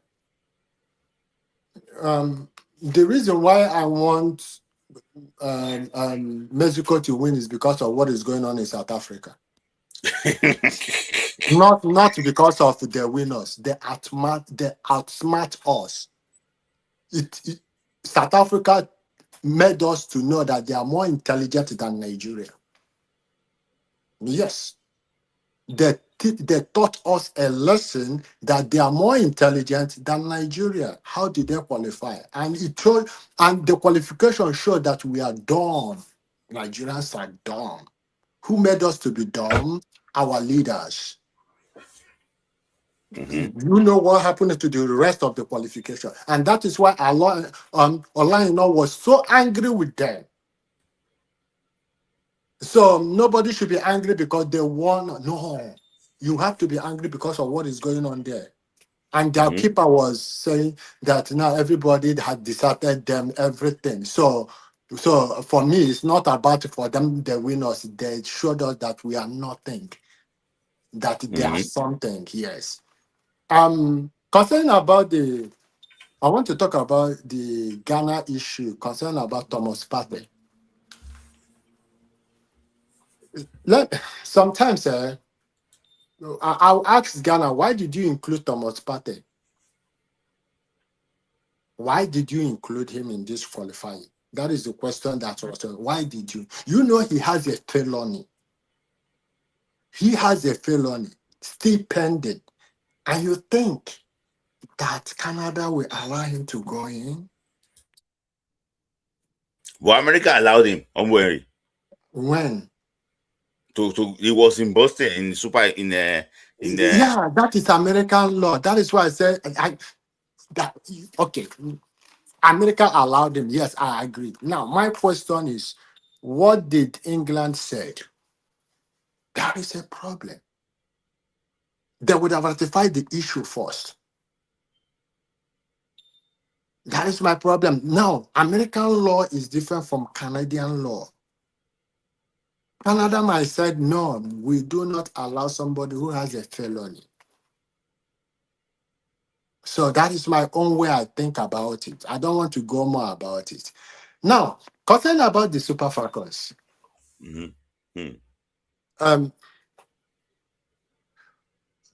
Francisca Odega and Okombi, the only way you will generate the insult from Nigeria is for you to go to AFCON and win it. If you go there and Nigeria, they decided we go out of group stage. If they insult your family, take it. If they insult your husband, take it. Because Nigeria, we are begging you, please leave. And you don't want to leave. You want to stay there till you're retired. If anything comes on your way, accept it. I'm telling you this because if you make the Super Falcons, even if that you are not the one, we have already begging you to leave so that the younger generation will take over. You refused. And if anything happened to the Super Falcons, they live out of group stage. We will come for you. If they are coming for you, I will support them. I will support them because we were begging you, please leave now. You said no, you don't want to leave. That is the only thing I will say about that one. Now, this one is going to be controversial and people will not agree with me. My best Super Eagles player I so much love and respect is Akisomiro. My best Super Eagles player I so much respect, and I will tell you the reason. He's not even somebody that has I'm coming. It's Akisomiro because of his discipline, because of the way, because of the discipline. I'm coming. It's Akisomiro. Me and Mr. Dedoto have been talking about it. Background, he knows. It's Akisomiro. The way I hold him because I see him as future. The reason why I love Osimhen is because of his dedication and hard work. That is the only thing. But if you talk about respect, Akisomiro. Now, let me leave him aside. If they ask me my own personal opinion at AFCON, pick Bewena or Chris Apam. Pick any of them to go to AFCON. Sorry. Is it WAFCON, right? AFCON. AFCON, right? Yes. I would pick Christian Apam ahead of Bewena. I would pick Christian Apam ahead of Bright Osaye. I'm coming. Pay attention, and I'll ask you to verify. I will pick Christian. I said it's a very controversial. Pay attention very well. I will pick Christian Apam ahead of this guy. What's his name? Arabiosu. Why do you think I would pick him ahead of all those people? Is because he played 3 positions at the same time. What are the 3 positions? His main position is not a left back. He's not a left back player. His position is it's not a right back player. His position is left back. Go and check it. He have never played the right back before. Eric Kiel played him out of position against Portugal. His position is left back and the defensive midfielder. I called him a multiple charger. Now that they play him out of position and we have seen what he have done, which means that somebody can play left back, right back, and defensive midfielder. And you want me to leave that person and pick somebody that played one position? You want me to leave that person and you want me to leave person that played 3 positions perfectly and pick one person that played only one position? If you want to challenge, come, let's talk about it. He played left wing very, very well. And that I asked myself this question: why did the coach play him right back? Whereas he's not a right back player. He's a left back player. He's a defensive player. And they played him left back. So anything that I'm saying, you have your phone, you have your laptop, you have internet, start Google about it. So I myself, can he grow? The people say she go under 23 to go and do what? Do you have coaching under 23? You want him to go there and do what? So I am telling you, Smith, if you want to verify about him. So, and I love the way that the coach put him. In the next qualifying, I want to see Christian Akpan next qualifying. Invite him. I want to see him. Invite him. Then, the last person I have to talk about is Zadok Johanna. If any person that knows him, tell him to take it easy. What he's doing, there are a player now, he's now a TikToker. Let him go and ask people what happened to that player.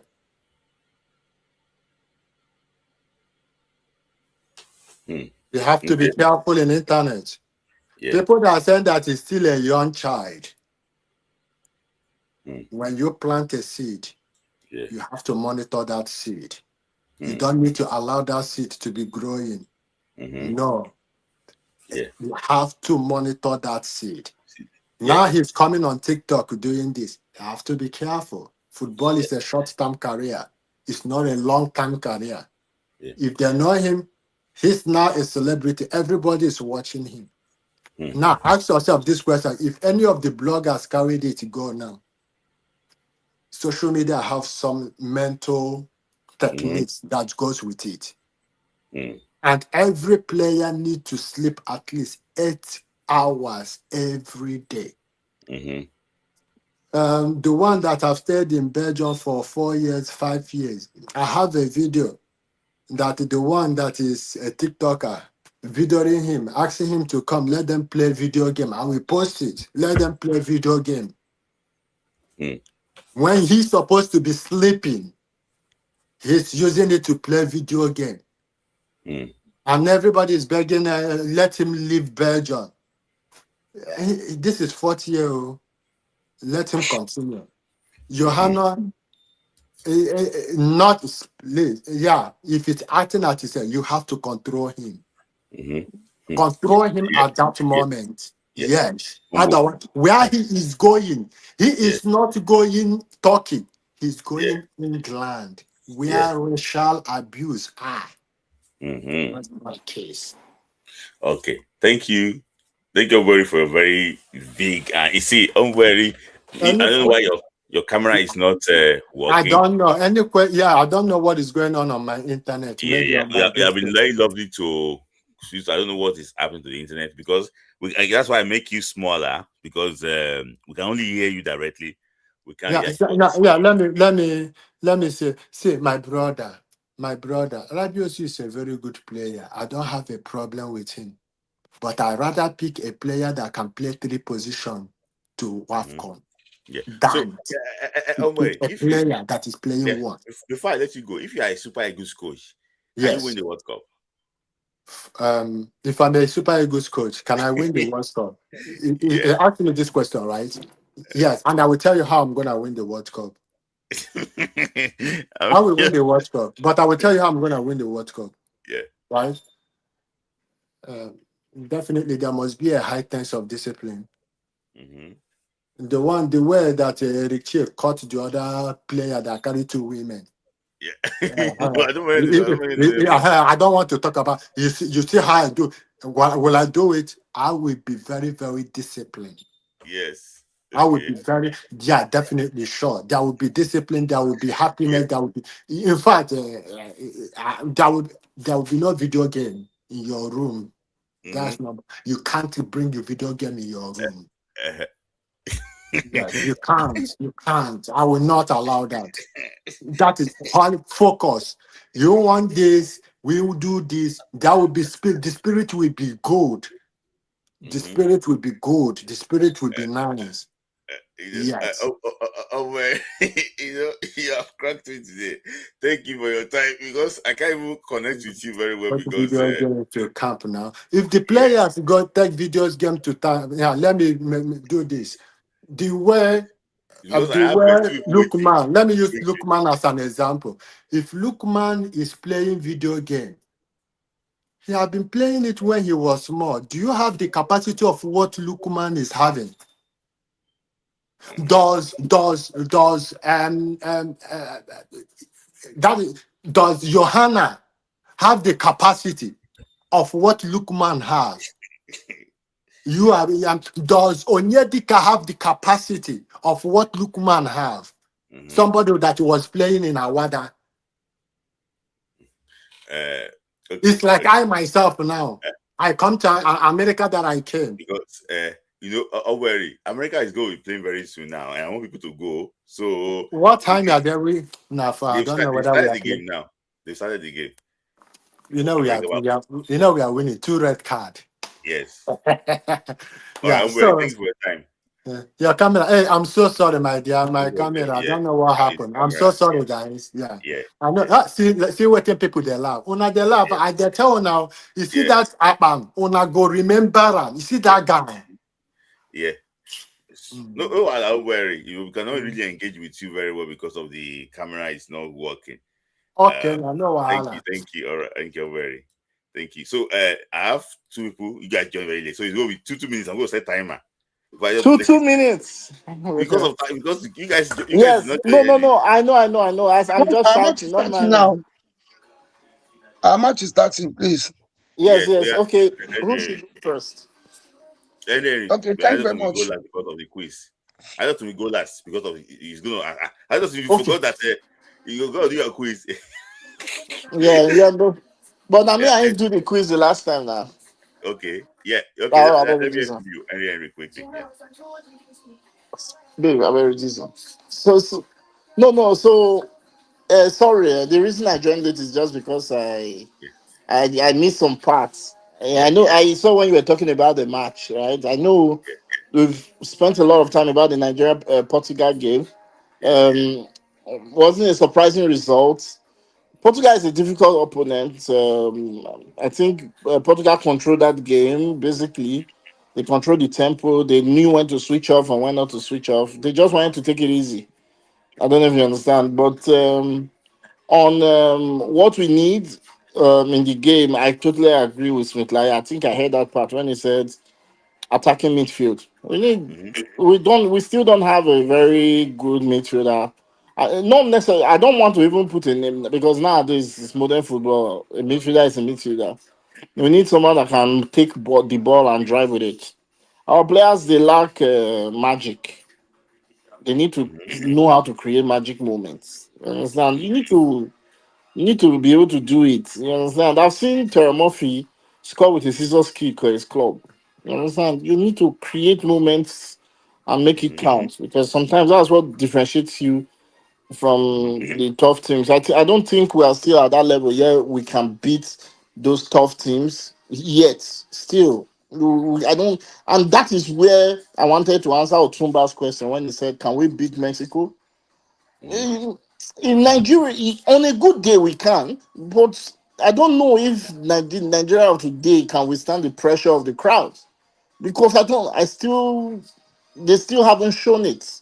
You understand? They went to Morocco and the crowd was still upstaging some players. You understand? So that's just me. But in terms of whether Mexico is good enough to beat Nigeria, no. No team in North America should be able to be beating the top 5 African nations. It's just that we are not organized and we're not serious. You understand? We should be taking them out to the cleaners. Because see the way Bosnia beat dealt with Canada today. They taught them a lesson on football. Not be by to the rush. I want to beat you. Now so they go talk the last World Cup, say they want to beat Croatia. Croatia taught them a lesson they will never ever forget. So and that's the way you handle these North American nations, and that's the way you should be handling a country like South Africa too. The reason we did not qualify for the World Cup is because we're not organized. We're not the first leg against South Africa was played by Tanimu. They didn't invite enough players. We did not have a left back going into that qualifiers. Or Bright Osayi Samuel had to help Finidi play left back. They were not serious because they were doing NFF, Gusau, they were doing quota system to play football. They were looking at the names of who they were inviting. They said 20 versus 3. That's why we lost that game. And that's why, thank God, Dele Bashiru managed to score a goal. You understand? That's why we allowed them to go and play in Bloemfontein, one useless pitch. We lost. That's why we lost the game. South Africa is not good. And today, when I saw that game, Mexico versus South Africa, it was a shame. I was like, look at these naive people that were allowed to qualify. These very naive boys. The same. What was that naive player? What was him? Shitole. That was. I was like, this one. You see the way because they thought they would just let them build from the back and just the building, because they didn't want to kick it long, because they would not contest for headers. They would not. It's so easy to beat that South African team. Even the second leg, when we decided to move the ball, when we moved the ball a little bit in that bad pitch, we're teaching them some lessons. It's just we didn't have enough players. We were not inviting enough players. They would see a superstar, they will not invite them, and that's why I don't. Sometimes that's why I don't like a Guavon, because they will never. I don't just know. Invite the right players at the right time. They would not do that. That is it. So, waste of time. So, yes, I'm done. Even though there was a couple of things I wanted to talk about. Okay, just you can brush on this quickly. No, it's okay. Let's move on. There will be other times. Don't worry, just because of All right, thank you. Yeah. Let me just say my own. I didn't support Slavka, not because they qualified ahead of us, no, but because of the same reason somebody said, because it's an open attack. And I heard Ron Williams, all the people saying that Africans supposed to come together. I said, no, it's good that they beat you so that even for them to go ready, so they can go and take those are jobs that foreigners are taking from them. So that's why I didn't support them. Even next match, I will still wish them to be beaten. Let them a lesson. I can never support them. I want to support the 2 African countries, Congo and Kodova. Those 2 countries I want to support in Africa. But for me, I'm rooting for my USA and Brazil. So that's how that.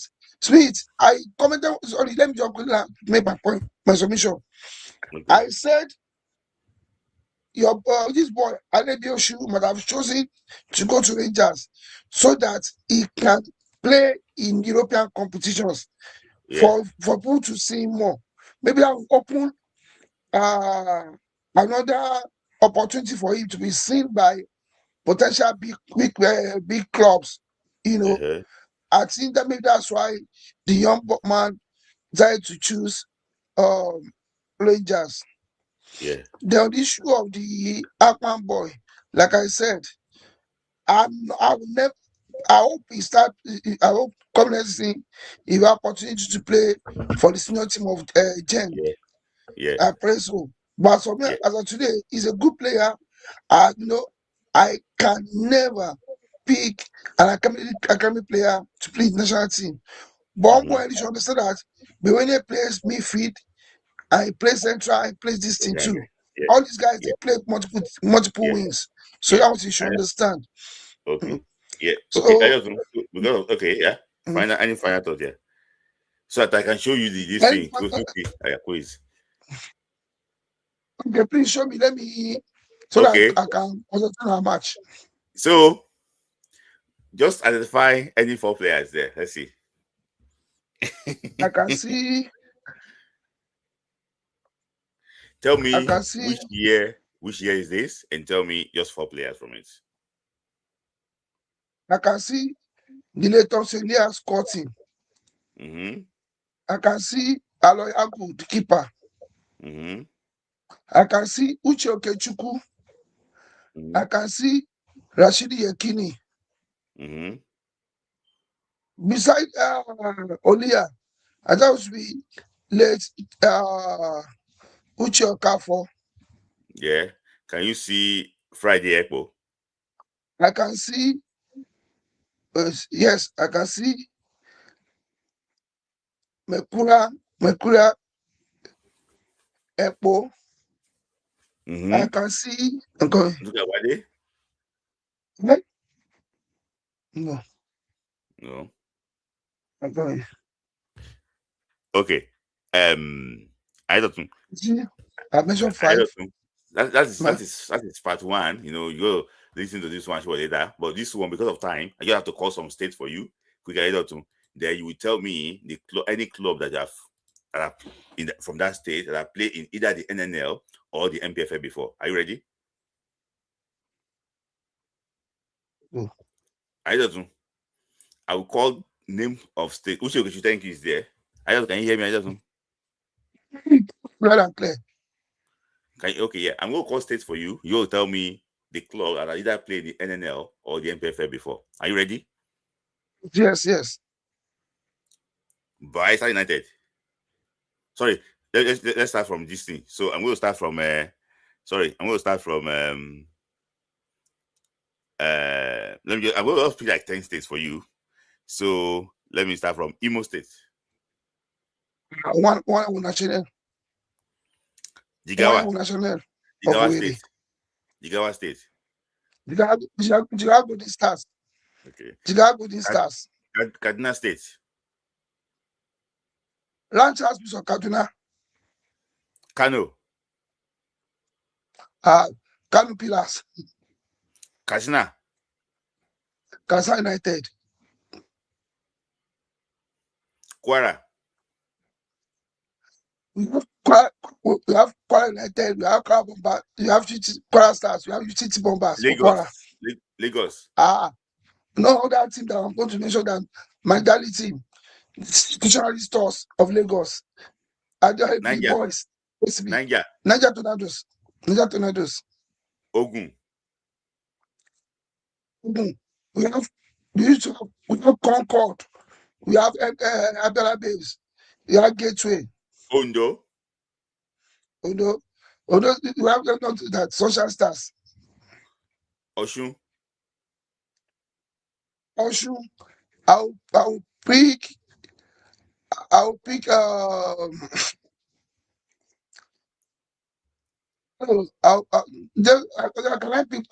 people on Prime of Oshobo? Prime of Oshobo, okay. Benue. We have BCC Lions. And Lobby Stars. Cross River. Calabar Rovers. Delta. A lot. We had Delta Stars. We had Delta Stars. A lot. Yeah. Edo. The final. Hello. You have insurance or Benis. The final one is Igbono Warriors. Final one is Anambra. Anambra, we have trackers of Oka that produce the late which Oka for. But I played in all the MPFA. That was a trackers. Okay. That played in but there's a popular team there. That's the most popular team in Anambra. The best ever team in Anambra. Best ever. Sorry, don't do ever. Oh.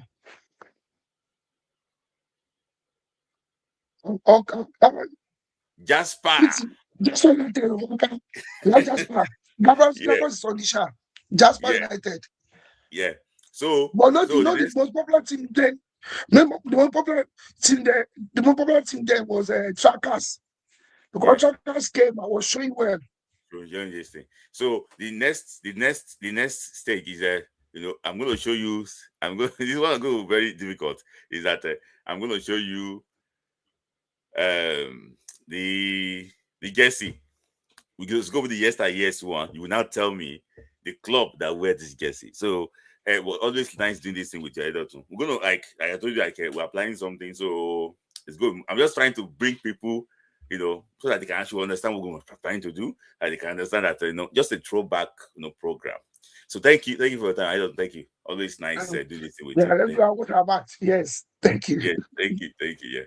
So guys, thank you. God bless you. God bless Nigeria and God bless Africa. Thank you.